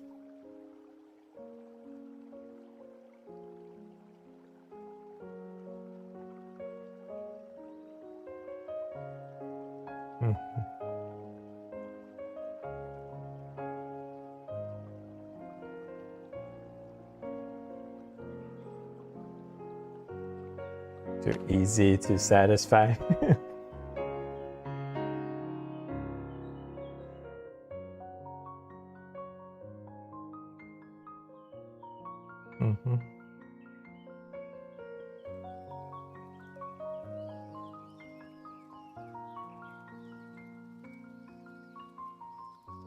So then like you like pretty much like a lot of things that you watch you can easily get into.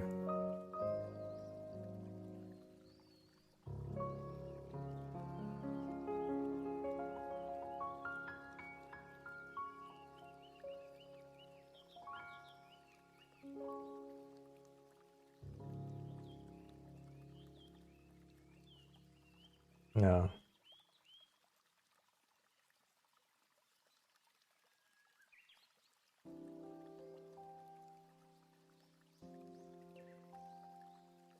So Hunter, somebody else also said it's their favorite.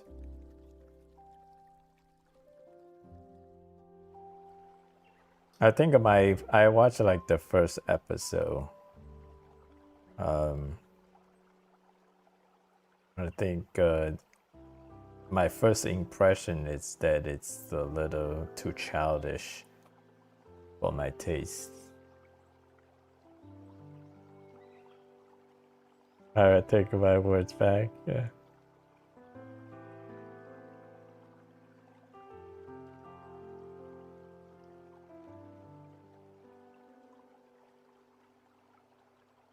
Alchemist. Yeah, that's another one I watched like a couple of episodes, couldn't get into it. Like a lot of people recommended it.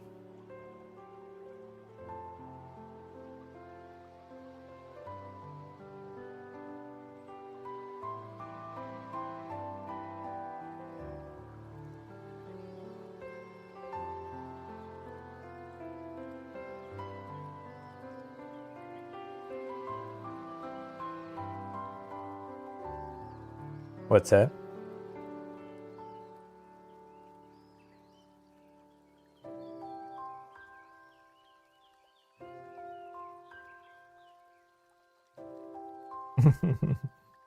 Yeah.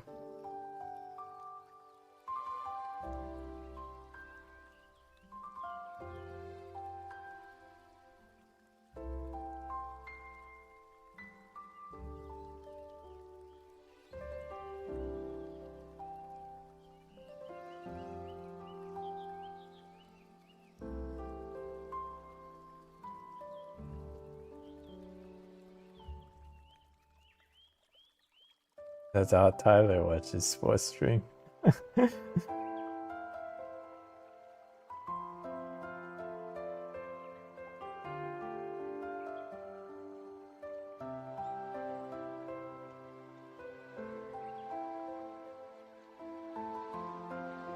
Really?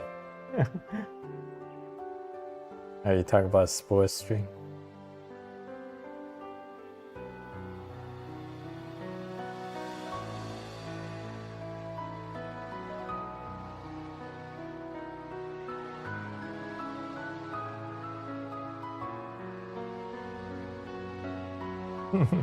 Do you say Attack on Titan and Attack on Titan Forever? That's a separate show? Oh, you just love it too much. You have to say it twice.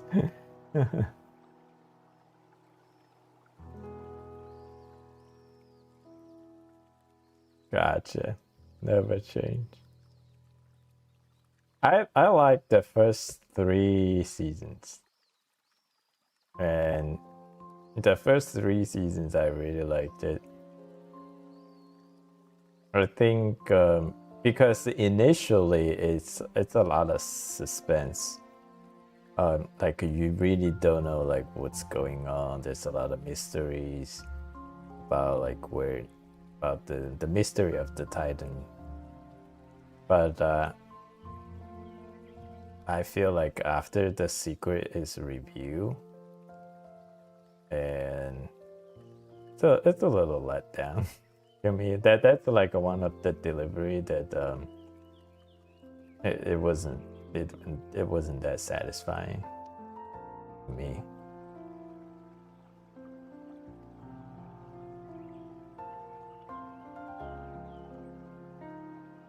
Mm-hmm. Yeah. Yeah. Did you watch it, Attack on Titan? Did you watch the whole thing? Mm-hmm.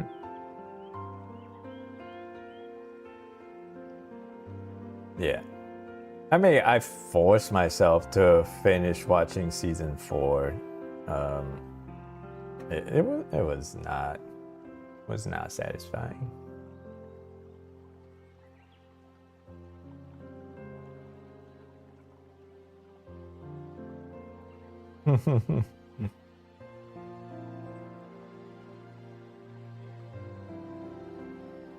Did you read that book?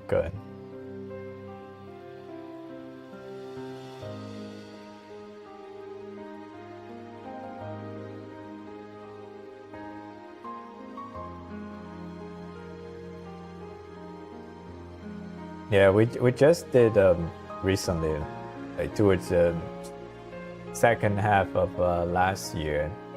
The wife and I just did another Game of Thrones run. I didn't finish. I mean, she finished the whole thing. But I stopped around. I didn't even get to the Red Wedding.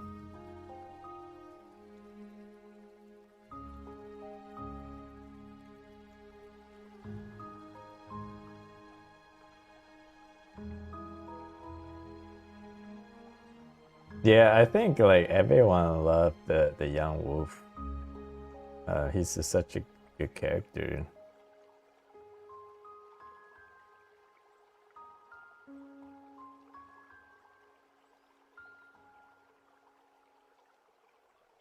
Hello. I just saw the chat. Do you know Mexican classic artists? No. There's only one person I kind of like remotely know. Some Mexican artist. It's a female artist who's like has a lot of DCEs throughout her lifetime.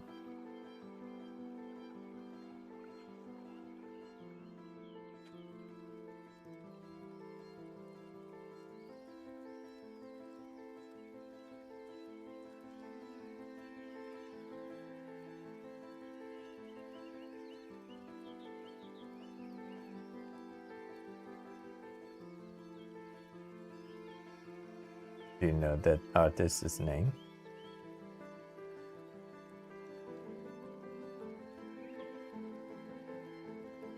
Yeah, I don't remember. No, there's someone in chat asking if I know any Mexican artists.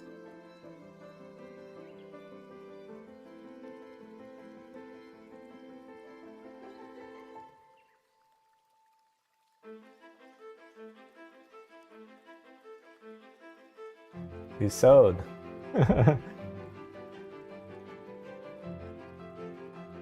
Commission. Nice.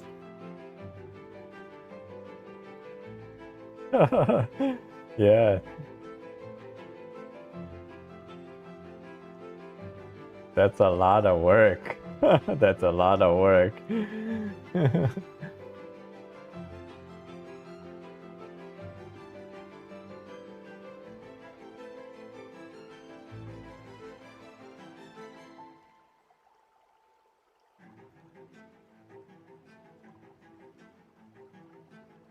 I mean, you estimated how long it will take you?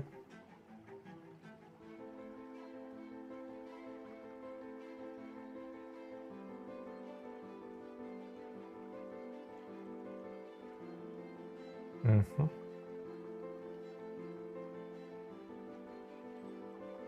I mean, it will take... Yeah.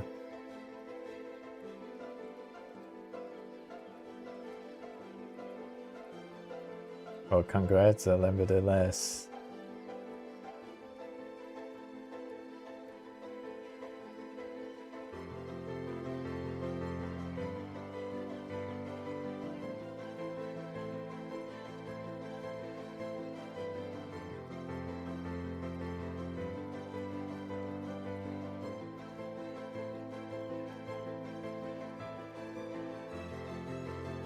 You have a lot of time, that means you're gonna spend a lot of time on it.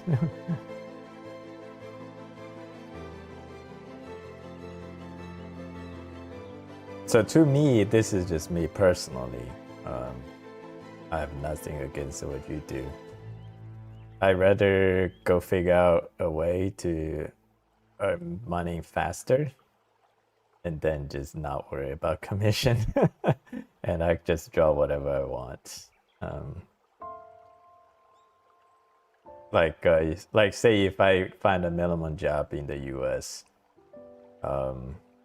minimum wage job, I make here it's like starting salary is around like $12 an hour.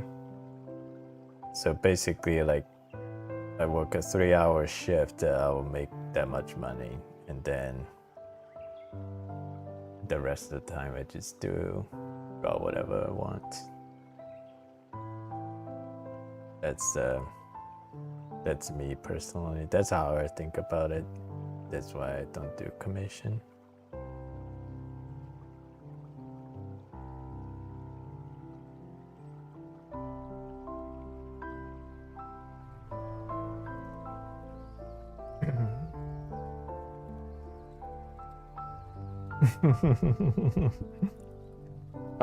But as an artist, you always feel pride for your work. Like that's why if I'm gonna take a commission job, first of all, like I have to do original. If that person just say, okay, copy this thing, I will not take it. Like I have to take it that basically they have to ask me to draw my OCs. That's one. And then second, I have to charge enough money that I feel it's worth that I'm going to dive into the project full effort and not have any reservation.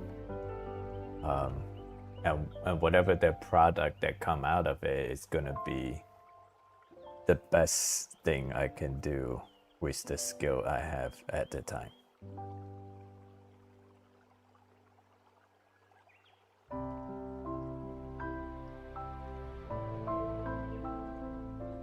Yeah, like the only time I did a commission was a tattoo shop owner. Definitely makes a lot of money, so he commissioned me just because he wants to show appreciation to artists that he thinks works really hard. So he basically asked me to name my price. At the time, I thought a pretty high number, and that's like still reasonable. So that was $700 because I figure, like most of professionals makes like $60 an hour, and if like as a starting salary, then if I gonna spend 10 hours on this piece, that's how I come up with $700. and he agreed to it, and then I finished it. And I was doing I was definitely feel like rushed, because when it get to the 11th hour, I definitely spent like more than that, like probably 12 hours on it. But I feel like I had to wrap it up. Otherwise, I feel like I'm undercutting myself. So I feel like the project was rushed. I mean, he is a very nice person. Even though like I didn't feel like I did a good job, but he still accepted for what it was, and then he paid me. He didn't even just pay me what I asked. He gave me another $100 tip.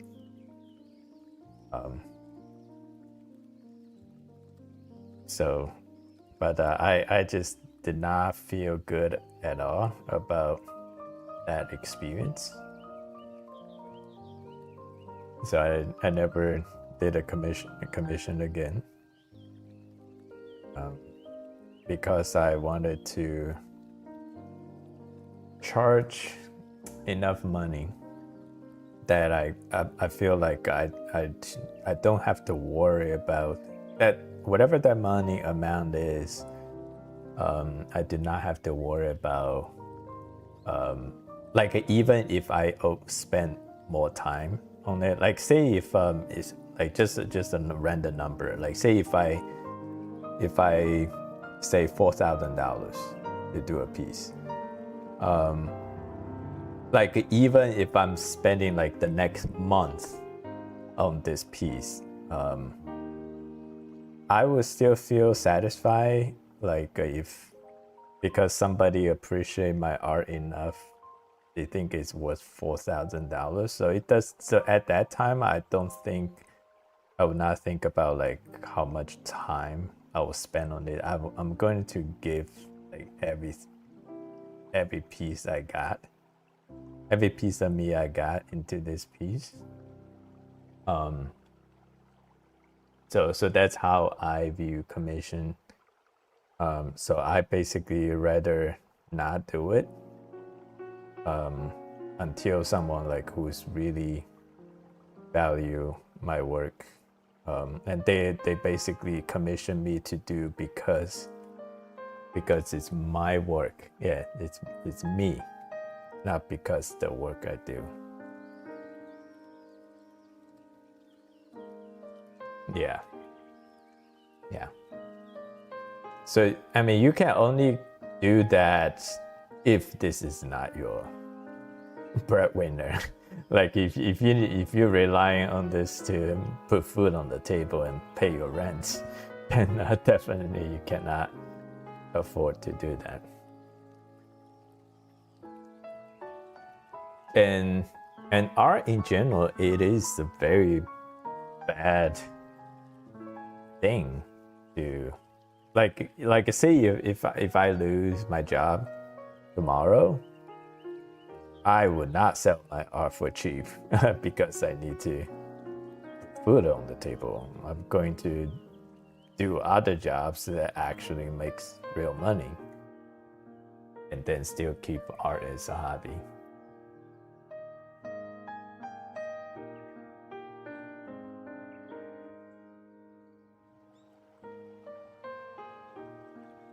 I think to me it's more like I treat art as a sacred activity.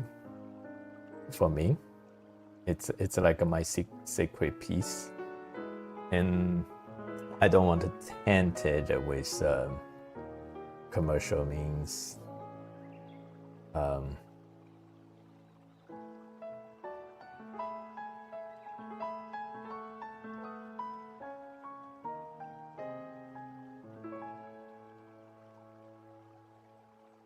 Yeah, another thing is that commission experience I had is because that person ask me to draw something like I have absolute no feelings for, which is probably gonna be most of the cases if you put yourself out there.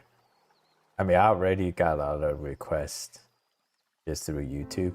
Like, people ask me all the time, like, can you draw this on the next video?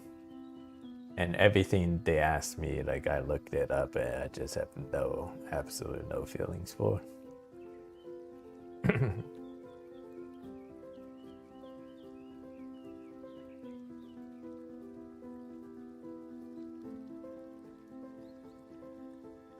So Randy, and to answer your question, you do have to be lucky. That's the main thing. I will say, either you have to be lucky, really lucky, and most of the artists that made it, they have the upbringing that there is definitely a strong financial support behind it. There is a very, I don't even know, there's a incident where a true hungry artist that actually made it. Because the stress that comes from life, it has a very detrimental psychology against creativity. So if you are stressed, you're hungry, it's hard to be creative. So most of the artists who are doing really well, you can. It's definitely interesting things to look into. But I will bet like 9 out of the 10 is they have strong financial backings. Like, they probably are not worried about life, and they can just create.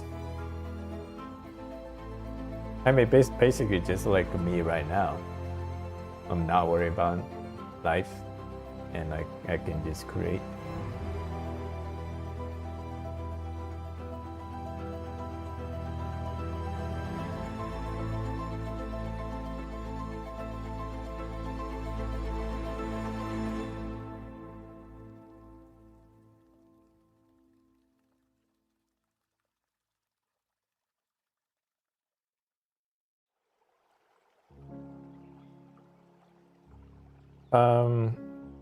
Actually, I've been to abstract art galleries. I think it has its merit. And I mean, there are abstract arts that's really just making a statement. It's kind of like a rebellious statement, like the famous banana duct tape on the wall. That's a rebellious statement the artist is making. Like, it's like irony, mocking that, mocking the industry. But typically, this type of artworks that got a lot of media exposure, like, I'm okay with making a statement if the artist itself is very skilled. Like, someone like a Picasso. Like, Picasso at age 7 or 8, he was doing classical oil paints, like a realistic classical oil paint. Like, to these artists, like, they already played at the highest level they already done them and they already prove their skill. And then they really don't need to prove themselves anymore, or they just got bored with doing what they've been doing. So they are, well, to artists, they always want to explore and try new things. So that's how Picasso started to draw those really, really weird dream-like paintings.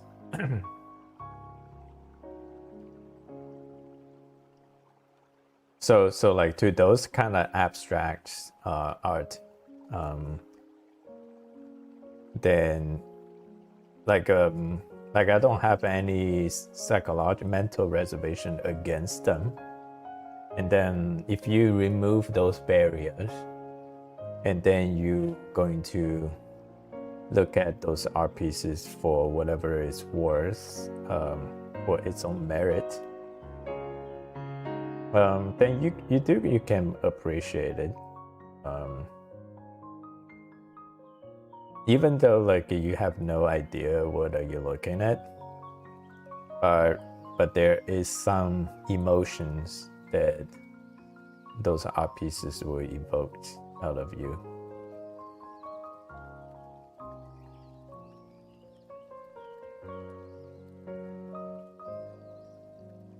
And definitely I would say like the environment those art pieces was placed in also has an effect on the overall experience, because the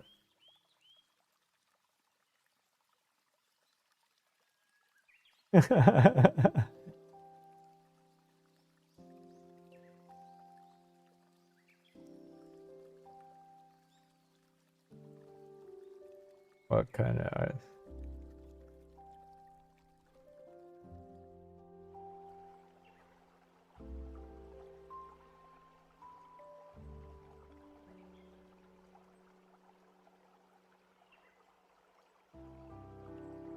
So are you, Tyler? Are you saying like basically you condemn abstract art? I think that's what I'm reading there.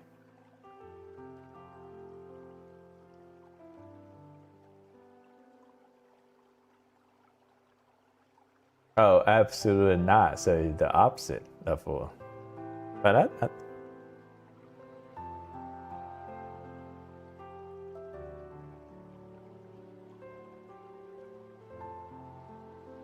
so there was a book on, I never read it, but my teacher did, and he kind of gave the Cliff Notes idea. It's like how to sell a painting for $1 billion, like how many million, $1 billion.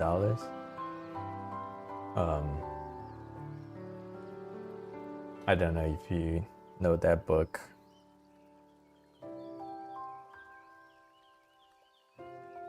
Yeah, I'm asking Tyler.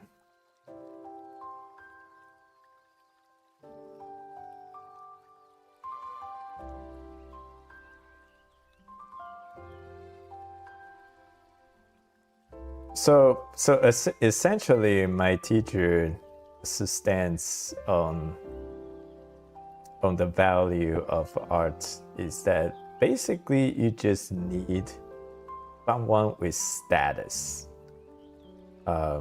someone with a lot of status, with a lot of power, a lot of authority, take an interest in your art, and then you kind of just made it. It's the same. I never actually dove into Van Gogh's aftermath, but based on the impression I got, was I know like during Van Gogh's like his lifetime, he had nobody appreciate his work, because at that time you think about like everyone is doing, the elite artists are doing Renaissance, super realistic oil paint for the elite class.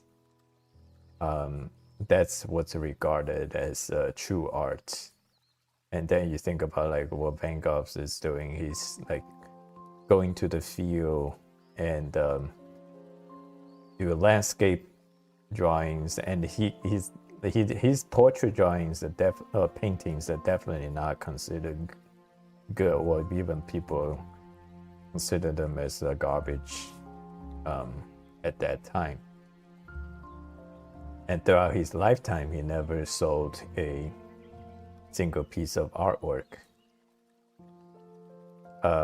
Just because at the time there's nobody said his artworks are good until some collectors and decided to deem his art. Now it's good now. And once someone with a lot of power, with a lot of money, say something is good, and now you have to really think about your own judgment. Like even though if you look at a piece of art that you don't feel anything, but if someone else told you, oh, this is really good, like depend on that person's status. If that person has a really, really high status, then you probably, like, your first reaction is gonna question your own judgment. Is it like am I just not seeing it? And then you start to be afraid of voicing your opinion, because you might think other people will think you don't understand art.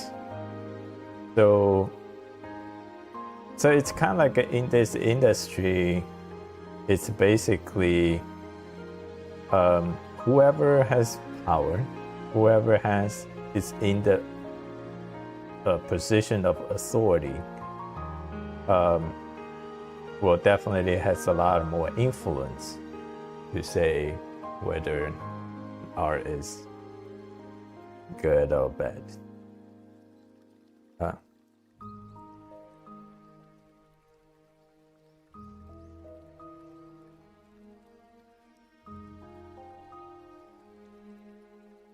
So I'm saying, I know where you stand. I know you definitely say there is objective truth in beauty.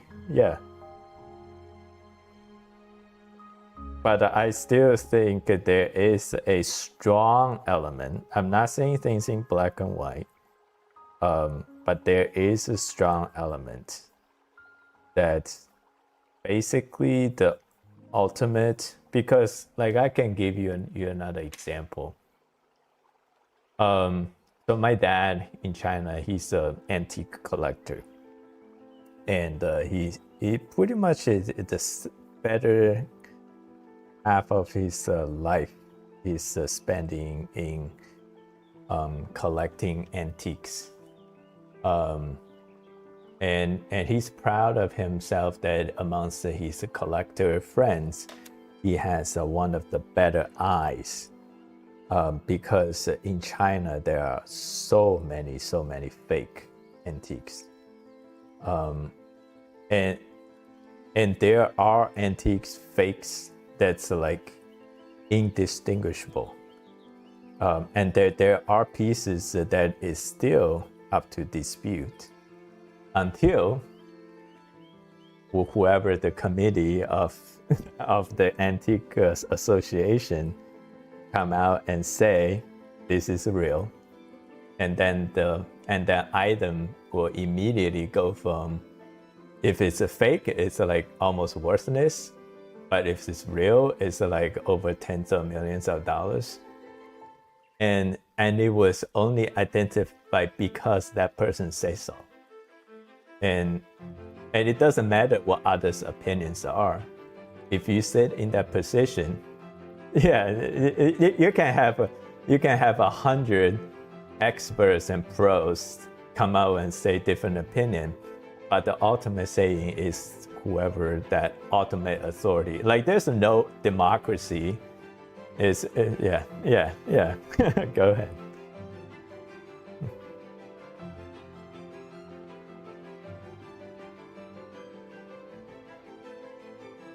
Okay.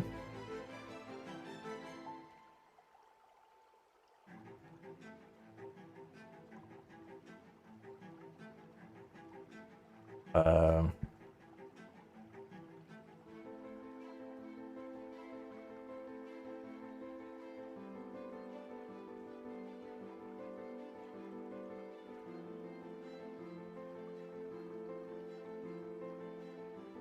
because it's the one of.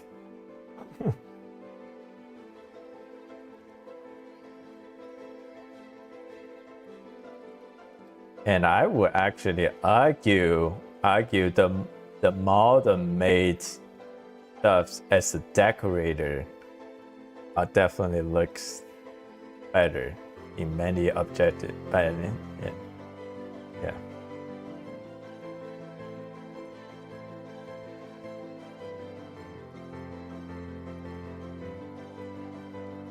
Mm-hmm. Mm-hmm.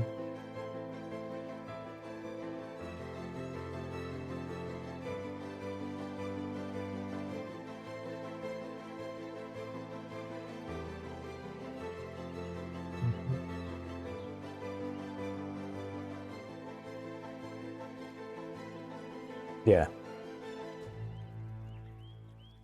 Yeah. Yeah. Mm-hmm.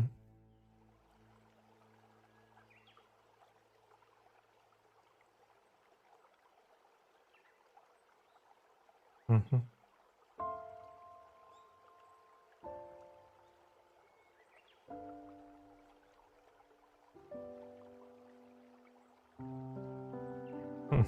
Yeah.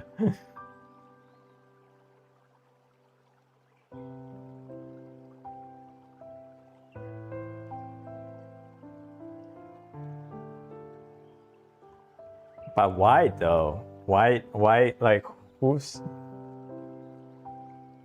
but who said that anything old has to be valuable? There are a lot of things. I know a bunch of old stuff that are not valuable.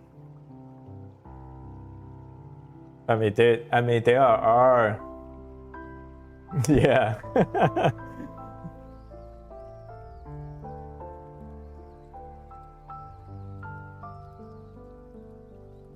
Yeah, so I would challenge that argument, not because it's old, it's valuable.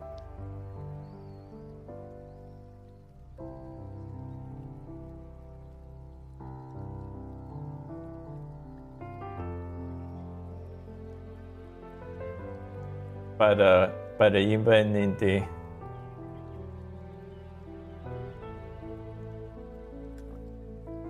but I would say supply.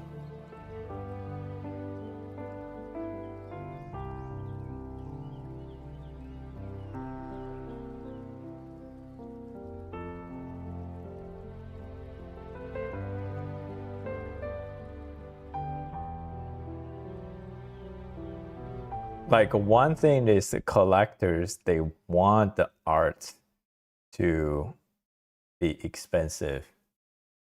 That's how they show their status. Like imagine if you are someone who has abundance of money, um, like you definitely want to demonstrate that, especially in the older days. Modern days, I'm not so sure. Like older days, people definitely not shy away from demonstrating their wealth, and most of the time they do that via the buildings, either their own residence or is their like their company buildings, because like there's really not that much other ways that you can demonstrate your wealth. So as a collector, sometimes yeah, extreme wealth, yeah.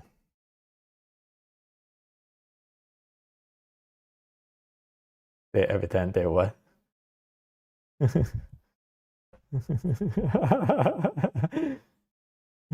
Yeah.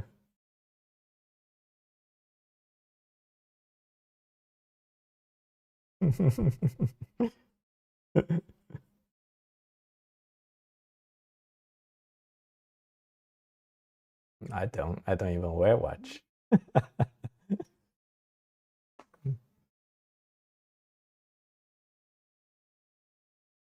Yeah. Hmm.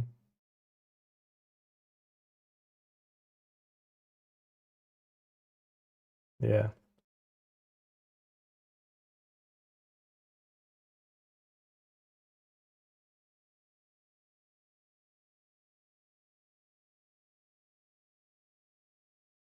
Yeah, that's a mechanical, but those things are not very accurate.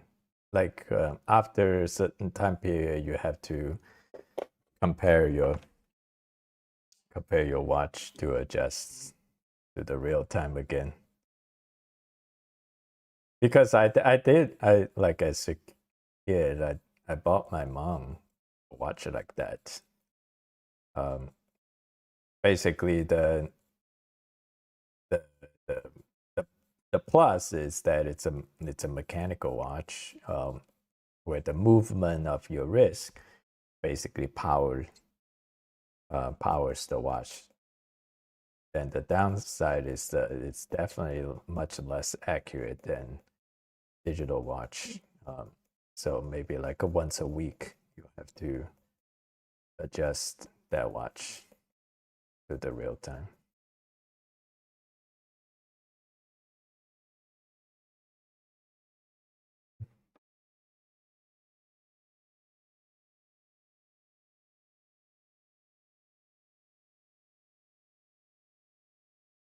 You think so? Actually, I don't. But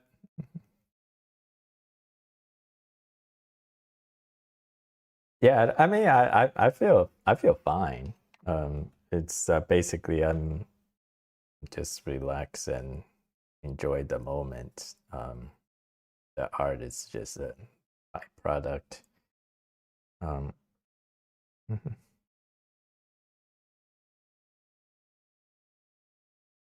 mhm,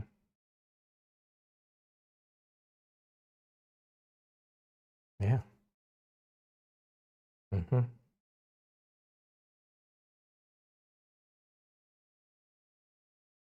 mhm,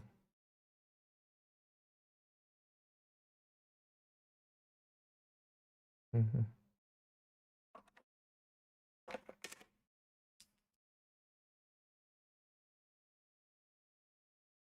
mhm,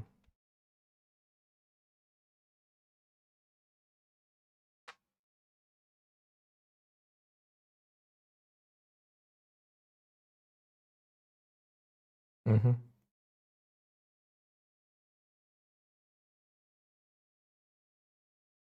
Oh, I just also I think it's no way I'm gonna finish tonight.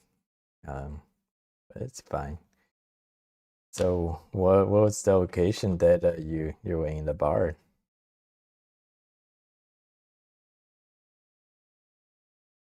Oh,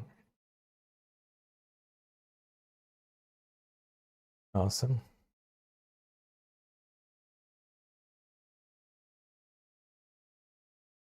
Were you watching?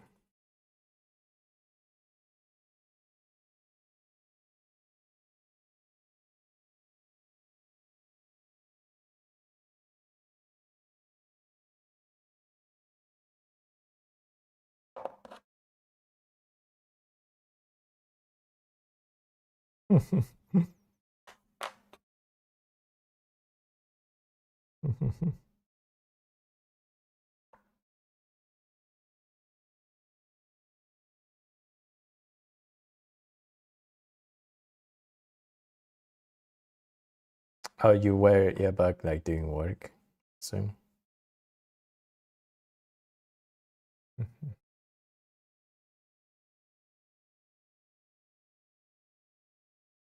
Hmm. Mm-hmm. Yeah.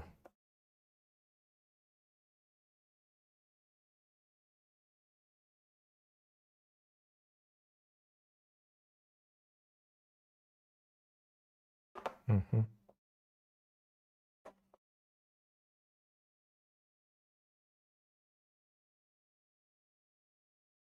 Yeah. Mm-hmm.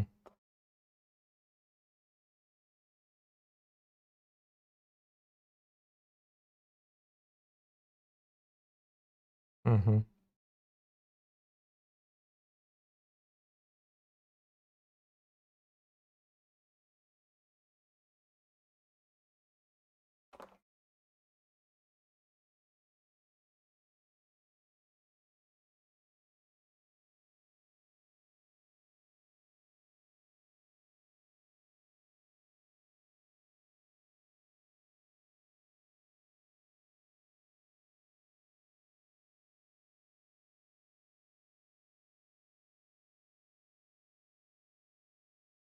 Mm-hmm.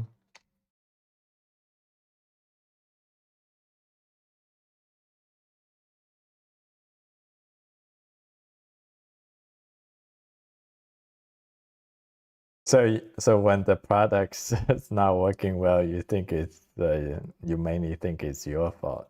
You don't think it's a bad product.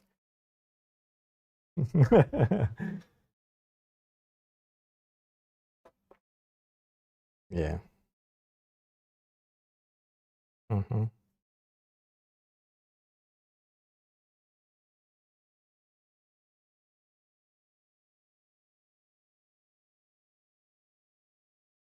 Has socks. Yeah. Yeah. Mm-hmm. Yeah. Mm-hmm.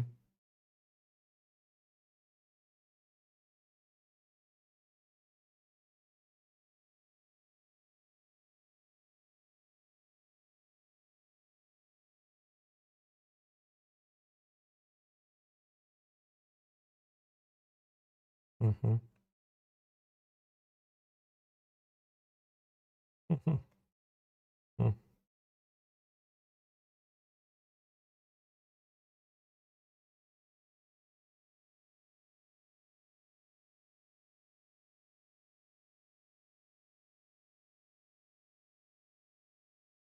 Mm-hmm.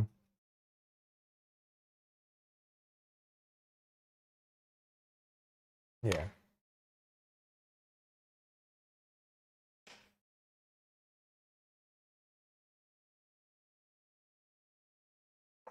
Mm-hmm.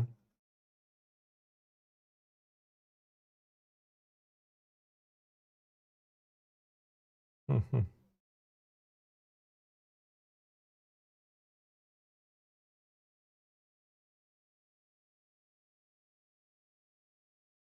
Mm-hmm.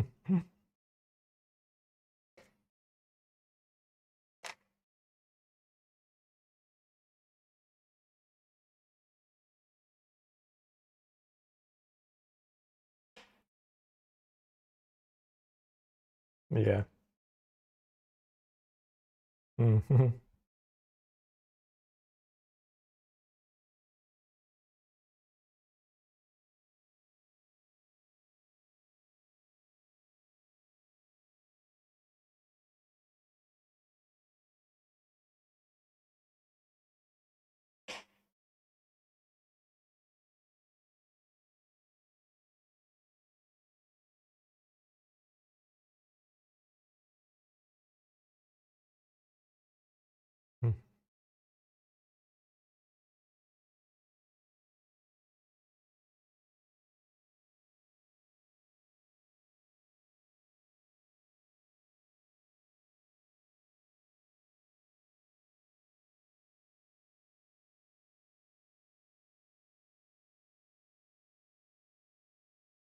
Mm-hmm.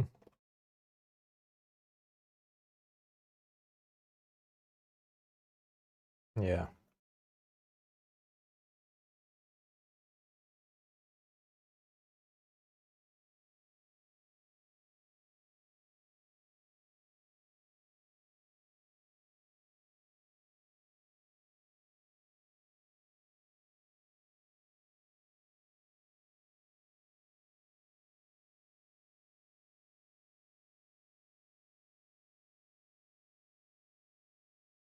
So typically, like your clientele, like what is the main difference between custom-made furniture versus like a factory built one?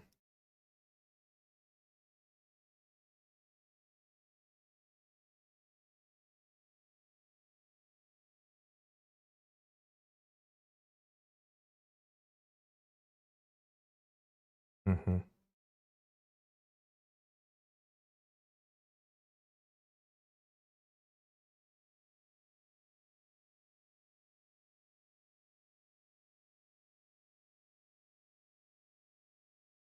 Mm-hmm.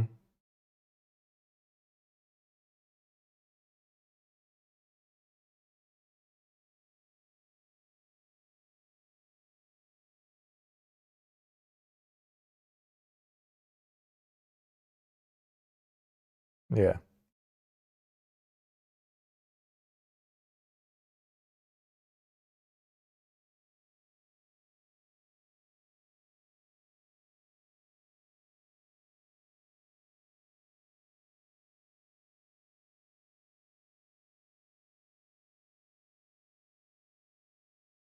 But isn't your product like much, much, much more expensive than those products?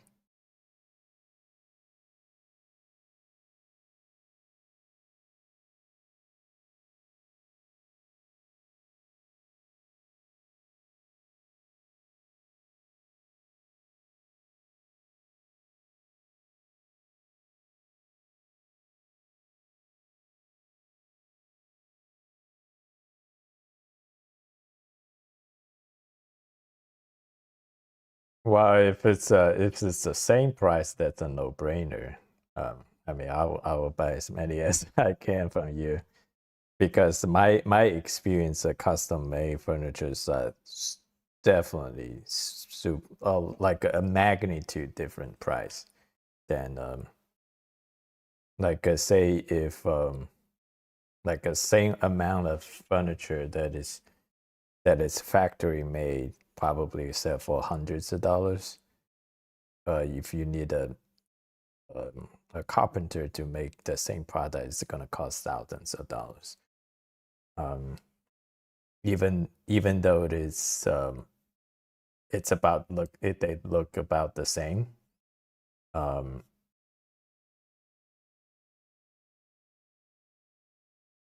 yeah, economy scale. Yeah. Well, I think that machine. Yeah, yeah,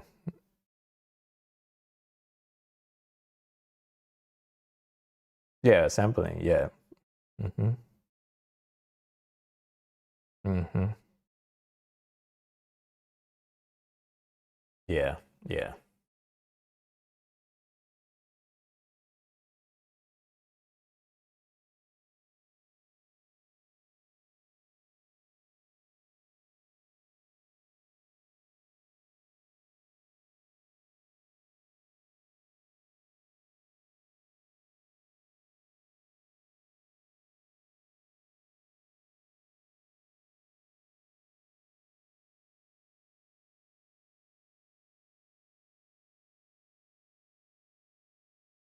Mm-hmm.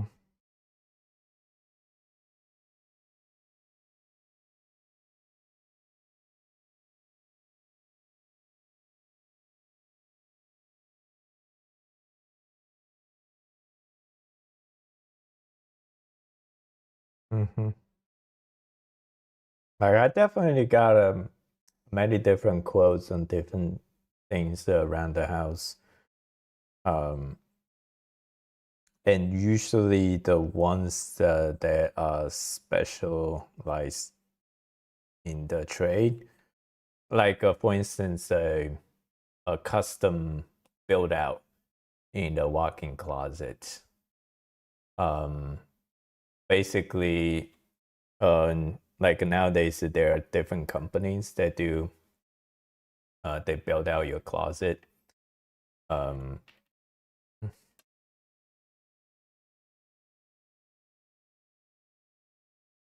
yeah. So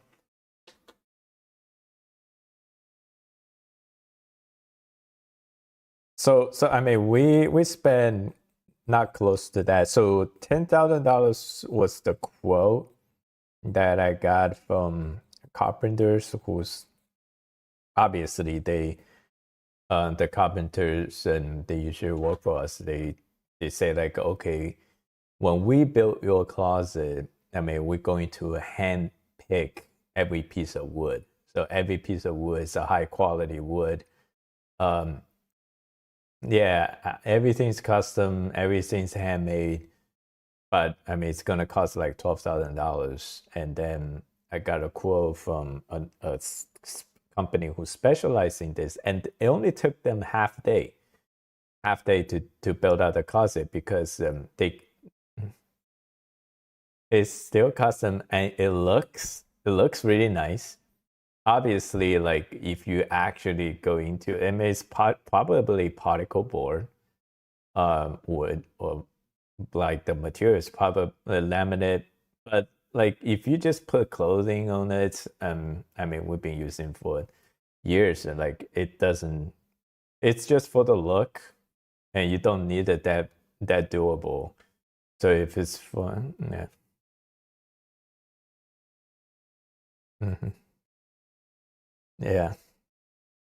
Yeah. Yeah.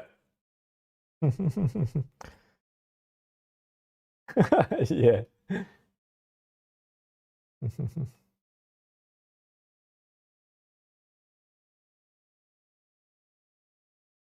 I mean, you don't even, most of the time, you don't even show people.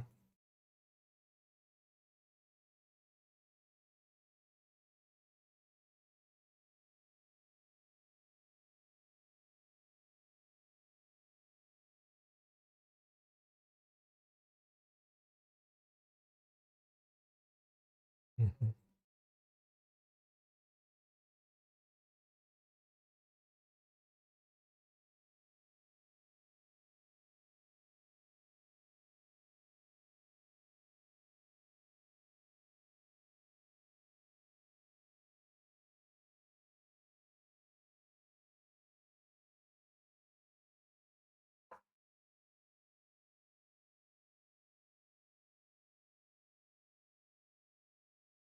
Mhm.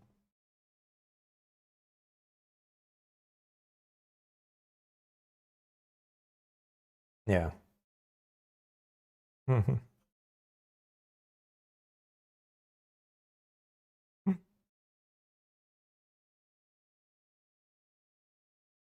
The most expensive wood, and it painted.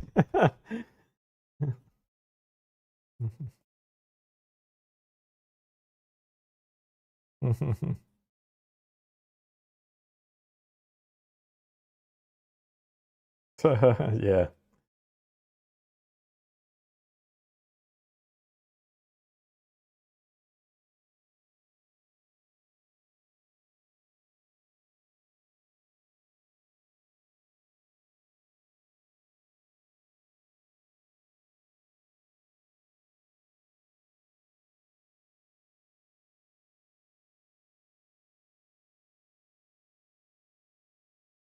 Mhm.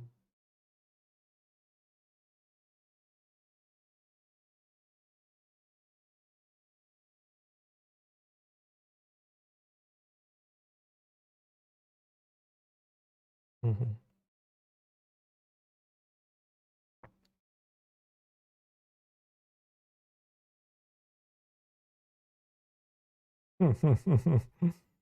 Yeah.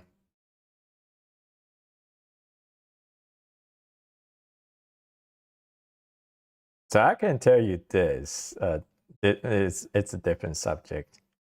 Um, just basically being in this development industry, there are definitely, I know a lot of people who look, they have money, and absolutely don't have money. Yeah. Mhm. Yeah. Yeah.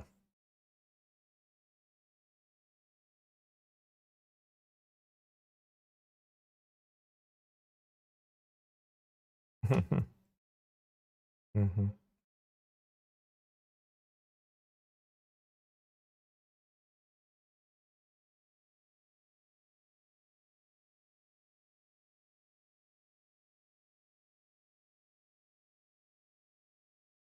Yeah, I can tell you like a lot of the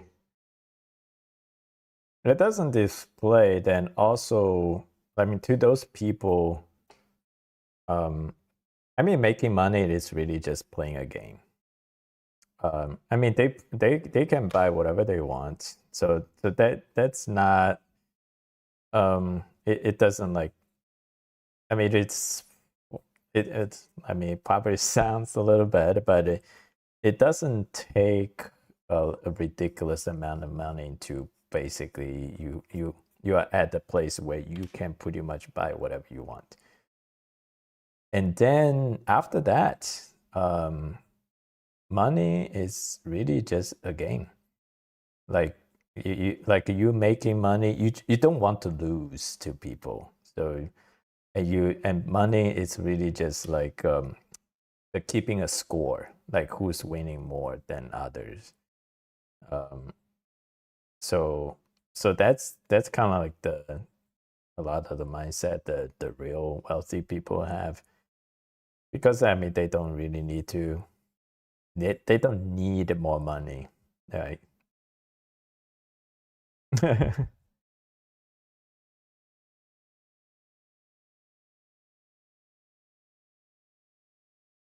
Mm-hmm.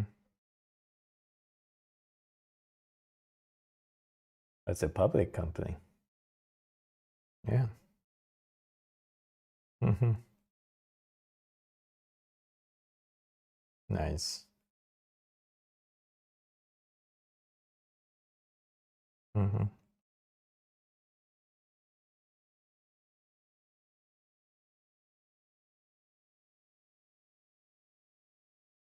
Mm-hmm.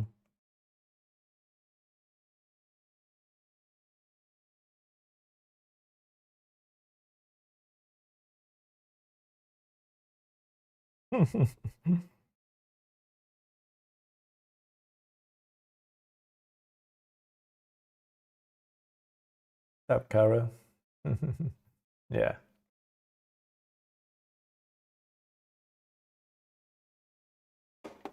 Mm-hmm.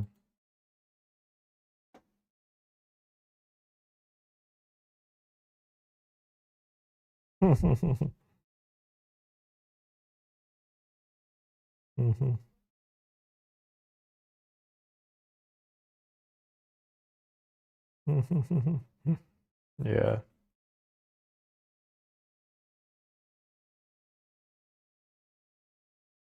Wait, they capped that one up. Avenidos.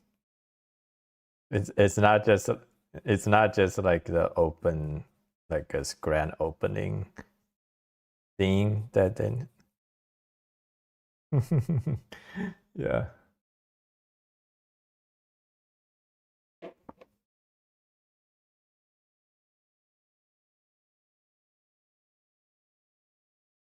Mhm.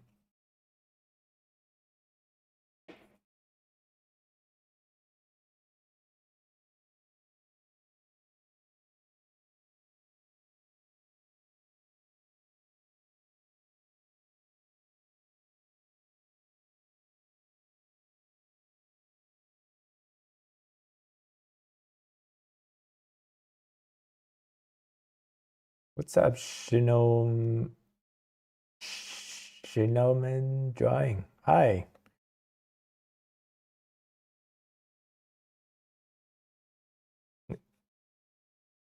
Yeah, if you're drawing, consider joining our Discord server. I'm not promoting, but when I see an artist, um, I don't promoting for random Joe Schmo walking down the street. But when I see an artist, I want to invite them to join. He says he's new to the channel and he's drawing along.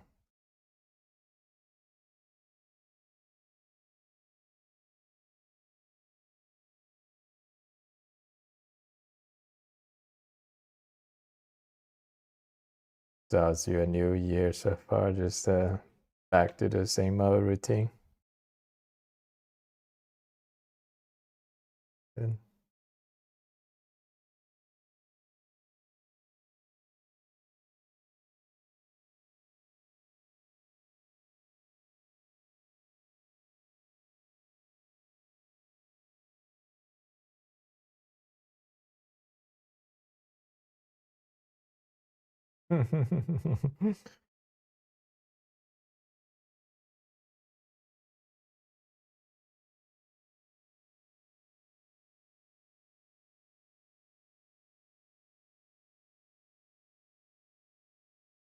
So do you have like more work lined up, or they just not ready?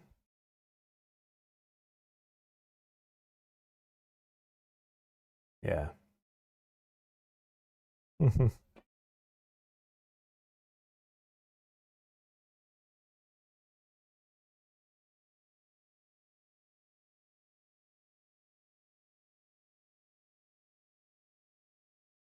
Yeah, because the long term, that you also need to worry if the long term, right? Yeah.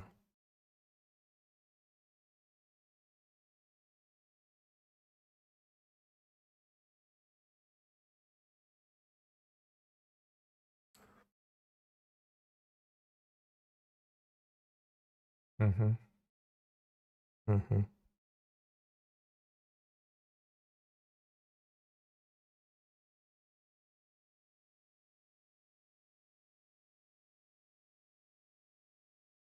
Mm-hmm.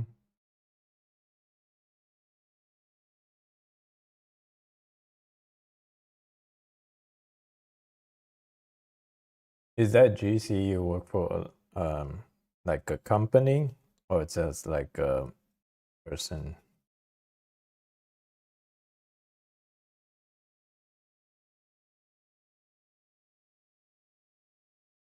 Mm-hmm.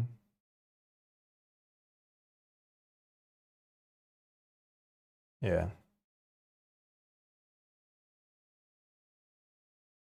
Mm-hmm.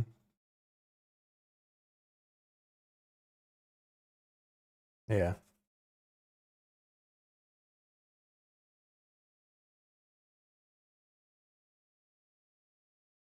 Like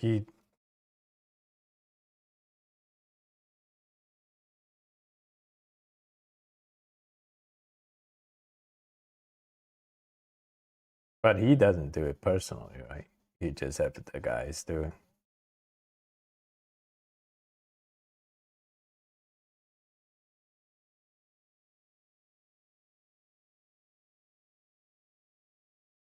Mm-hmm.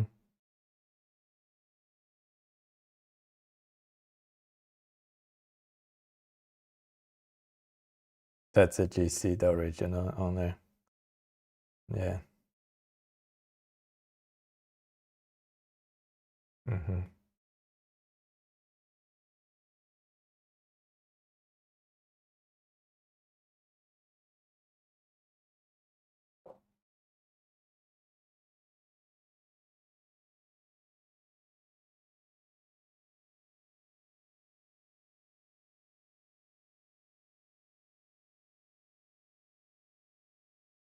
How long have you been drawing for? I'm interested. Mm. Got a drink.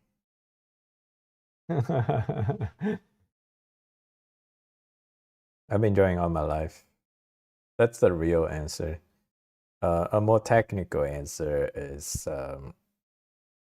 I maybe spend about, I would say, like 3 years, like actually serious about drawing and learning under a mentor.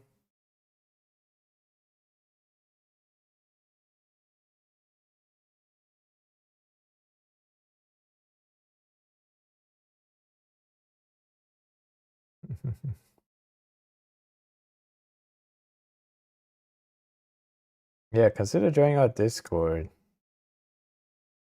Got a lot of cool artists in our server. It's free.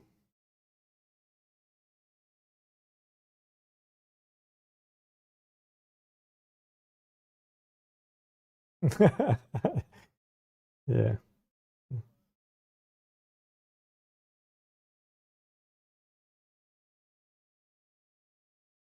Done enough. Mhm. Yeah.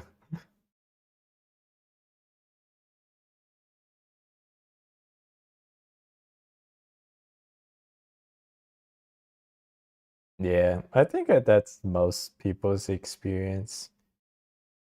So the like the actual how long it's really immaterial. It's like actually how long like you being seriously drawing. That's more important.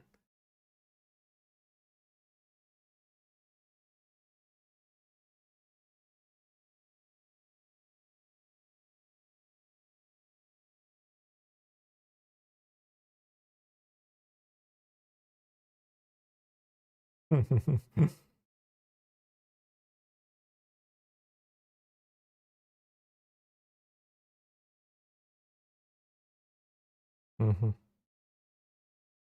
Yeah. Hmm.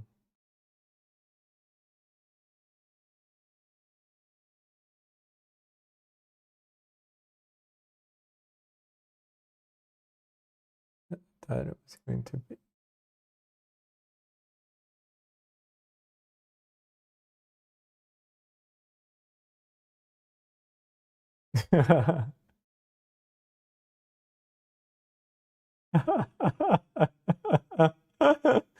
But I'm wonderfully delighted.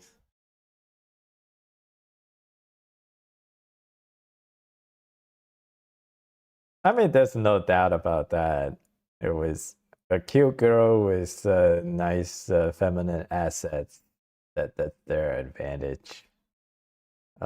I mean, have you seen there's a lot of musicians who like do cover songs, but basically wear very revealing clothing.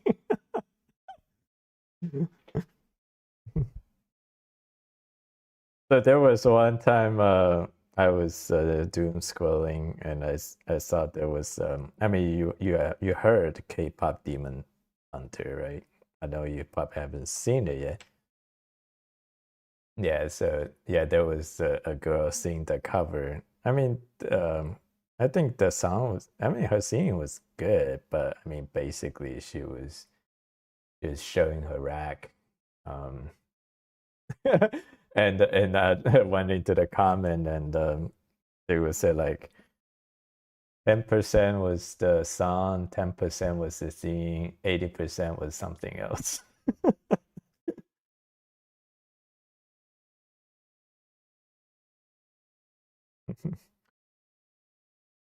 Yeah, but you gotta.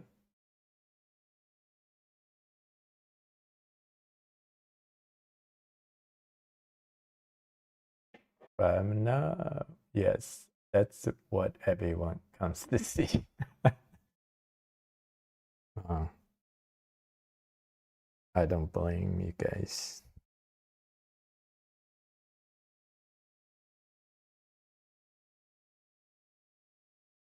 Yeah. So the thing is that like you see Elon Musk keeps saying like how he worries about the population, like people are not making babies.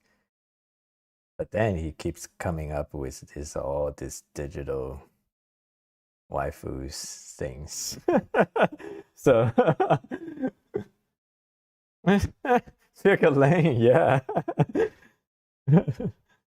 Shouldn't you promote more human interactions?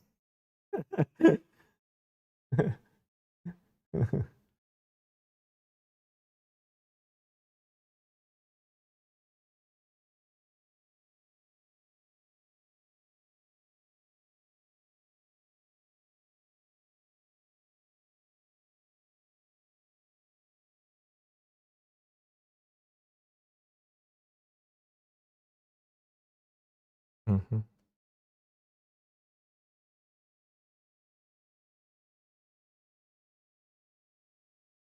Yeah,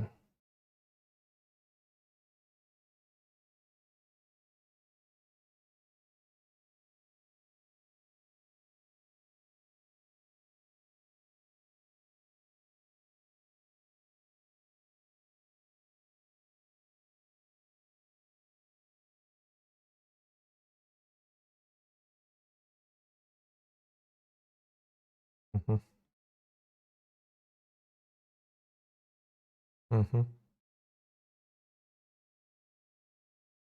Yeah.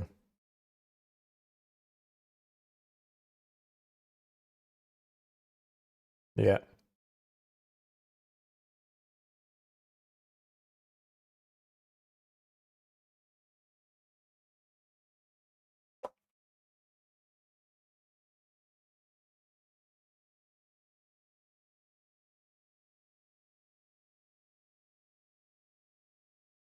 Mm-hmm.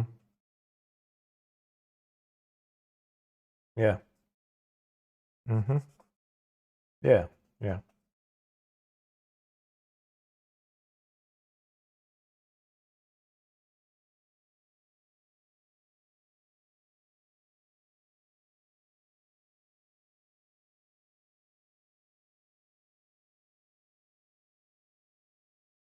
Yeah. I mean definitely.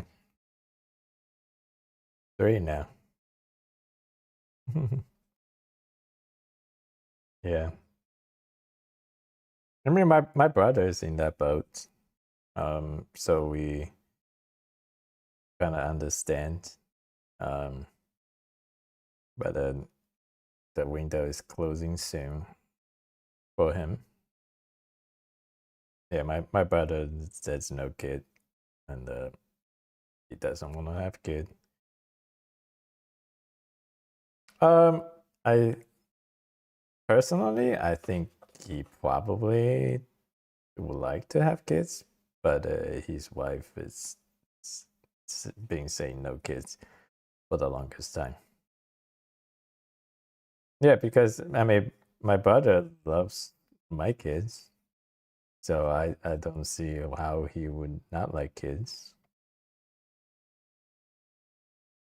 But his wife does not like kids. Yeah. I mean, at this point, like our family has already pretty much give up. But before, they were putting pressure on him.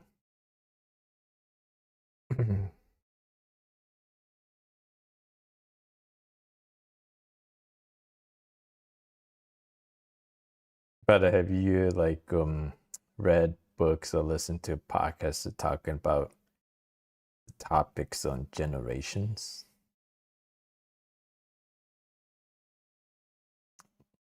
So there is a book. I mean, I didn't finish reading it, but I thought the concept was interesting. Um, Basically, it talks about like generations going cycles. Um, like instead of thinking nowadays, like this kids, this generation, this and that, it's actually a product of the environment. Um, it's never truly anyone's like the fault. I mean, you always like the same old saying. Like you always hear older generations say, "Oh, you guys have it so easy." Like when I was your age, like this and that. But if you put it in the perspective, like I'm pretty sure, like if today's generation's kids grow up being our generation, they probably gonna have similar mindset, similar experience. They probably work just as hard as we did. Versus if we grew up in today's kids society generation, like with iPads everywhere, and the parents they don't want to raise kids because I put an iPad in front of them just so much easier. Of course, the kids are gonna grow up on screens. Um, I mean, as parents, like we know, I mean, we try absolutely our best to not give kids screen times, and our kids are definitely doing a lot better than many other kids. But still, there are still times that I mean, you just feel like I mean, I don't want to deal with this. just, just, just okay. You guys can watch iPad for long, and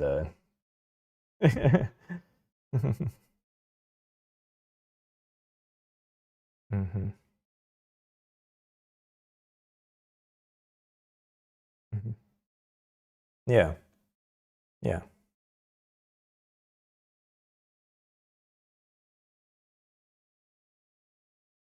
Mm-hmm. Yeah.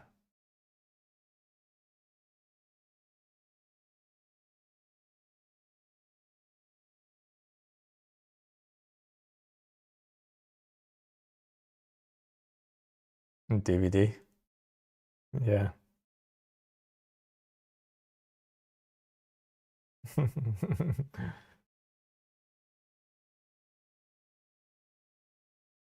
Yeah.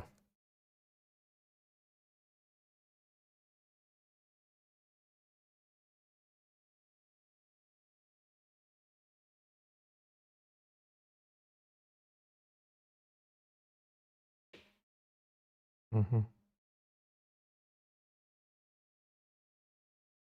Most likely, but but so this is just on a very superficial level.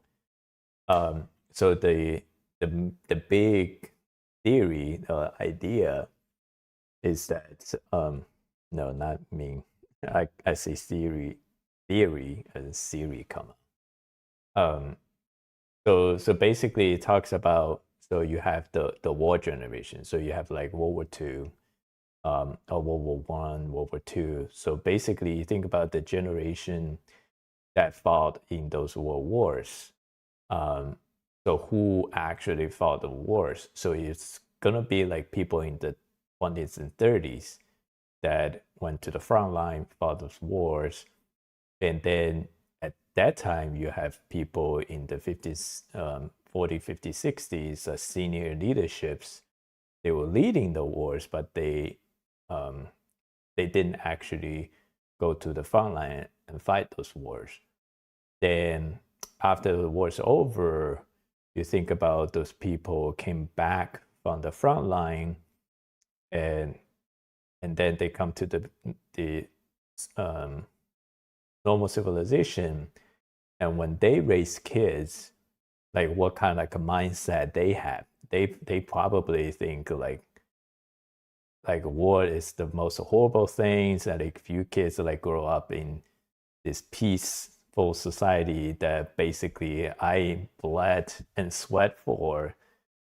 Obviously those type of parents are inherently much tougher on their kids, um, as a generation wise.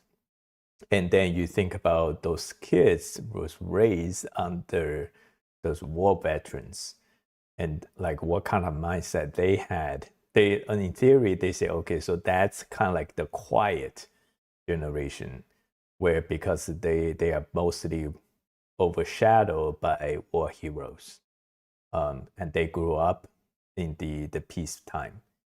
And then as the peacetime lasts longer and longer, 2 or 3 generations down the road, they start to forget about wars, and then they kind of get very accustomed to peaceful societies. And now you have a liberal arts, like a more liberal stuff will come emerge. So people care about human rights, care about express themselves. Those kind of things that become more and more, and people already forgot about the horrible things that happen in wars, and then they start to glorify wars, and you can see that in movies. So and then and basically that's kind of like um so everything that's kind of happened is a kind of like it's a generation by generation. Think about like what kind of parents raise what kind of kids, and these kids they grew up in a society and become parents, and then what kind of kids they will raise, and in that kind of domino effect.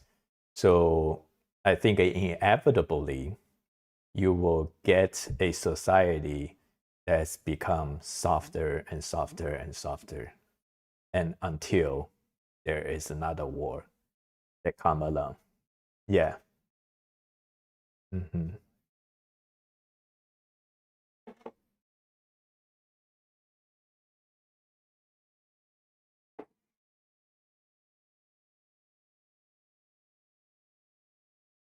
Oh yeah, I saw that on social media too.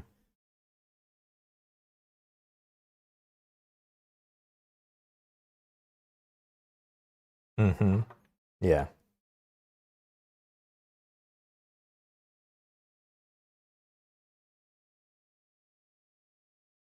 Yeah, there's always the exceptions. Like there's always the outliers, but the norm, um, it is like that. I think it's kind of like tough time creates strong man, something like that. Is whatever.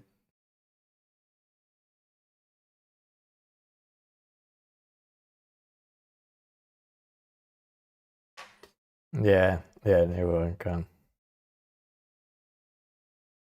Yeah, eventually it was weak man creates tough time. I think. Yeah, yeah, man's a time. Yeah, yeah.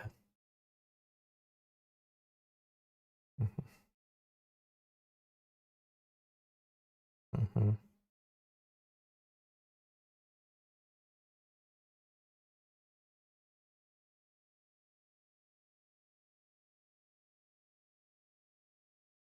And that's why, um, like I personally, I value sports so much. That's why I always encourage my kids. My son is great. My son is a sports lover. He does like every sports he can get his hands on.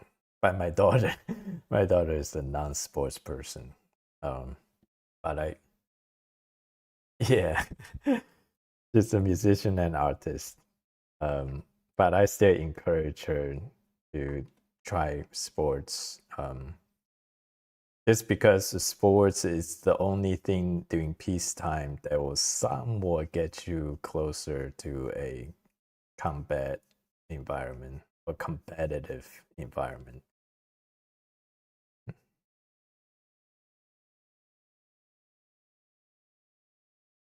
Yeah, it basically it strengthens your mind, makes your mind more resilient. Mm. But, yeah.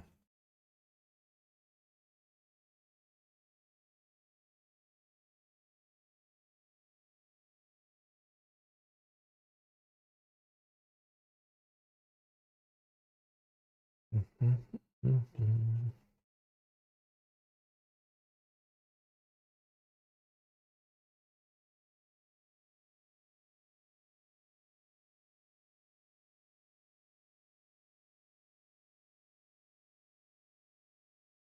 Yeah, yeah. Yeah. Mhm,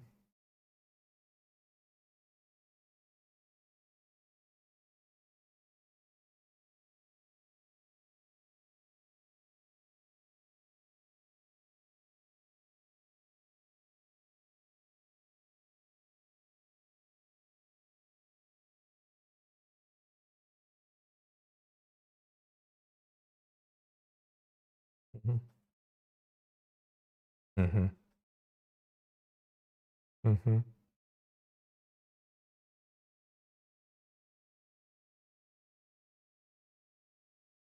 Yeah.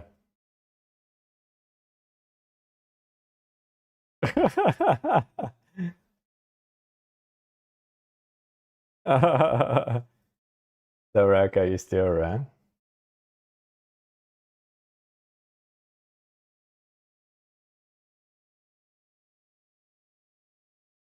Wait, how did he not know I left?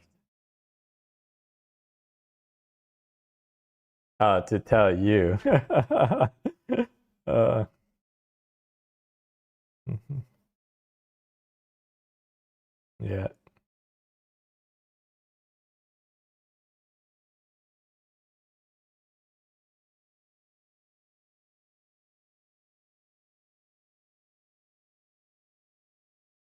you don't know me.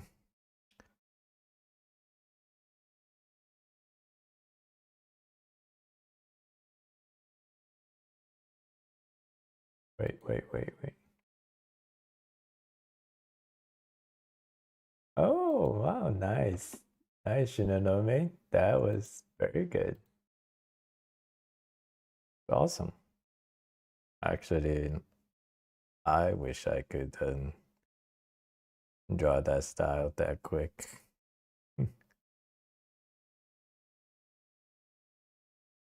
Good work, Shinonome.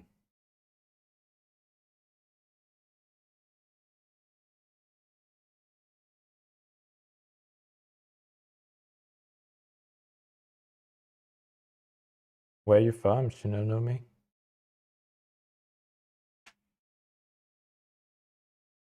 Pepsi Man. Are you a Coke person, either?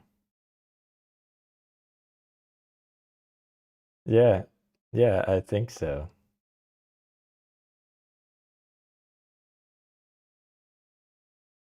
So this is the thing that fascinates me.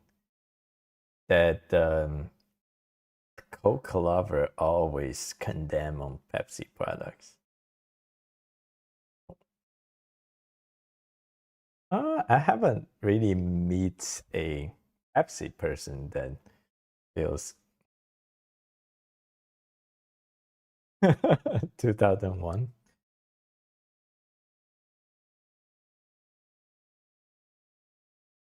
Mm-hmm. Mm-hmm.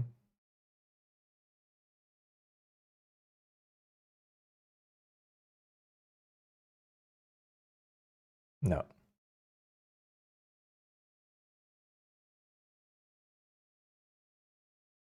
Okay.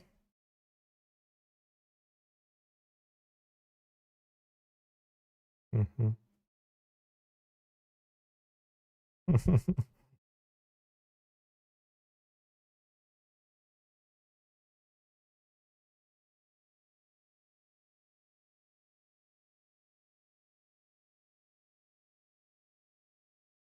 Wow.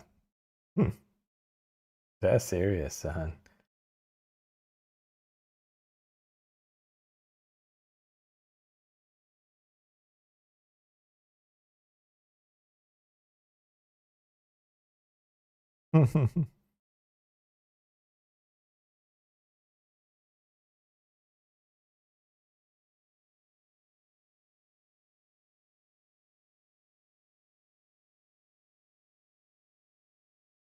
Mm-hmm.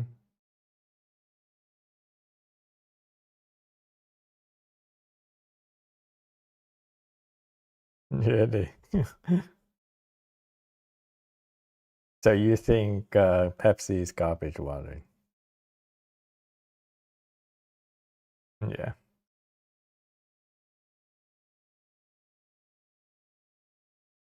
No, thank you, Diablo girl. But Dr. Pepper is a Coke product.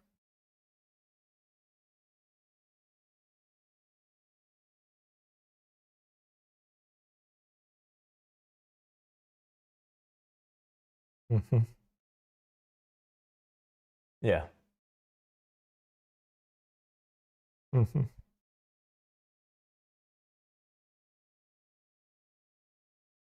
Mm-hmm.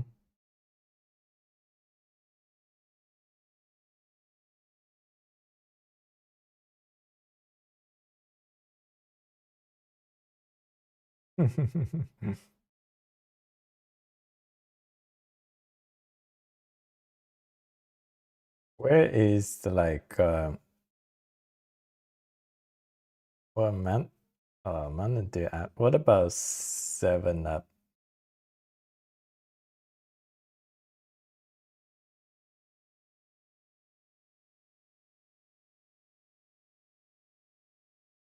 Mm-hmm.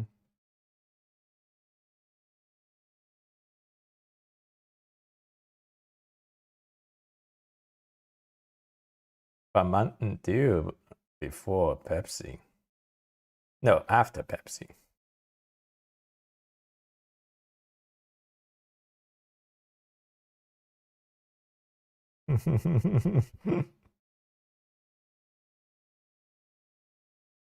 No, I mean, I remember there was a period of time I liked Mountain Dew.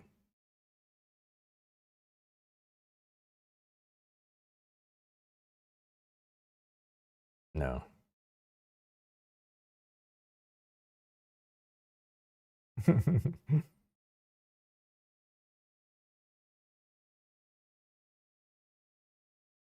Wow. Is Mountain Dew like what's the parent company? Is it under Hmm.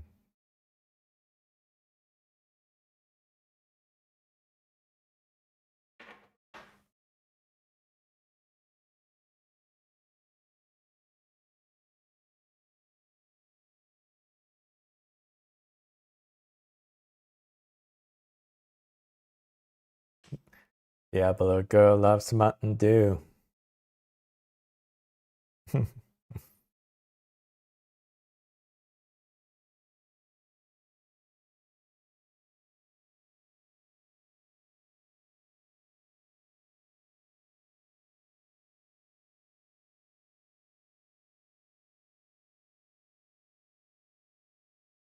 So you still drink Coke every day?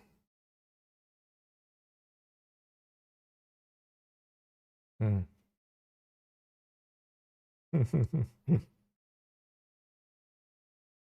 That, yeah. What about your kid? So she's subscribed to the health awareness. Oh, still sugary. Mm,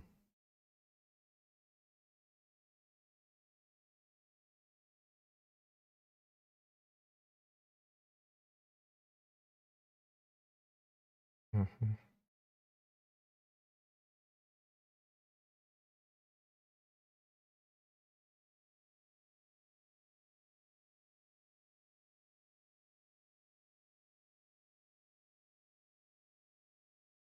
oh, I'm actually sick right now, but I don't have Sprite.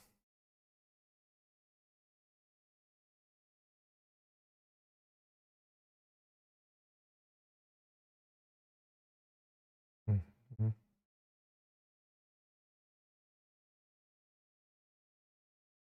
mhm,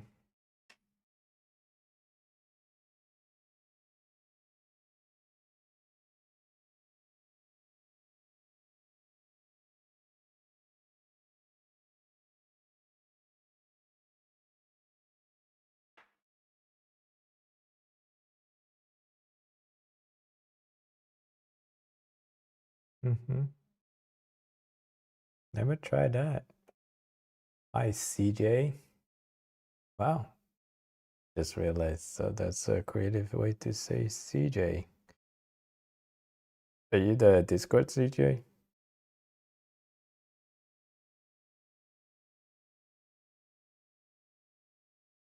CJ.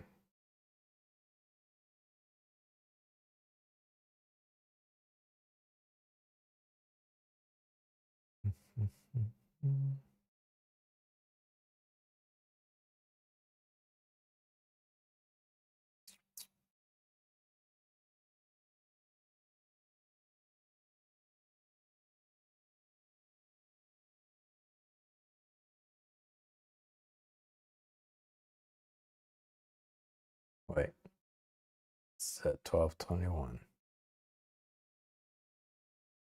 Way past my curfew. Yeah. All right. Gotta go. Thank you for hanging out with me. Alrighty, Tyler. Have a good night. Oh, 07. Later. Bye.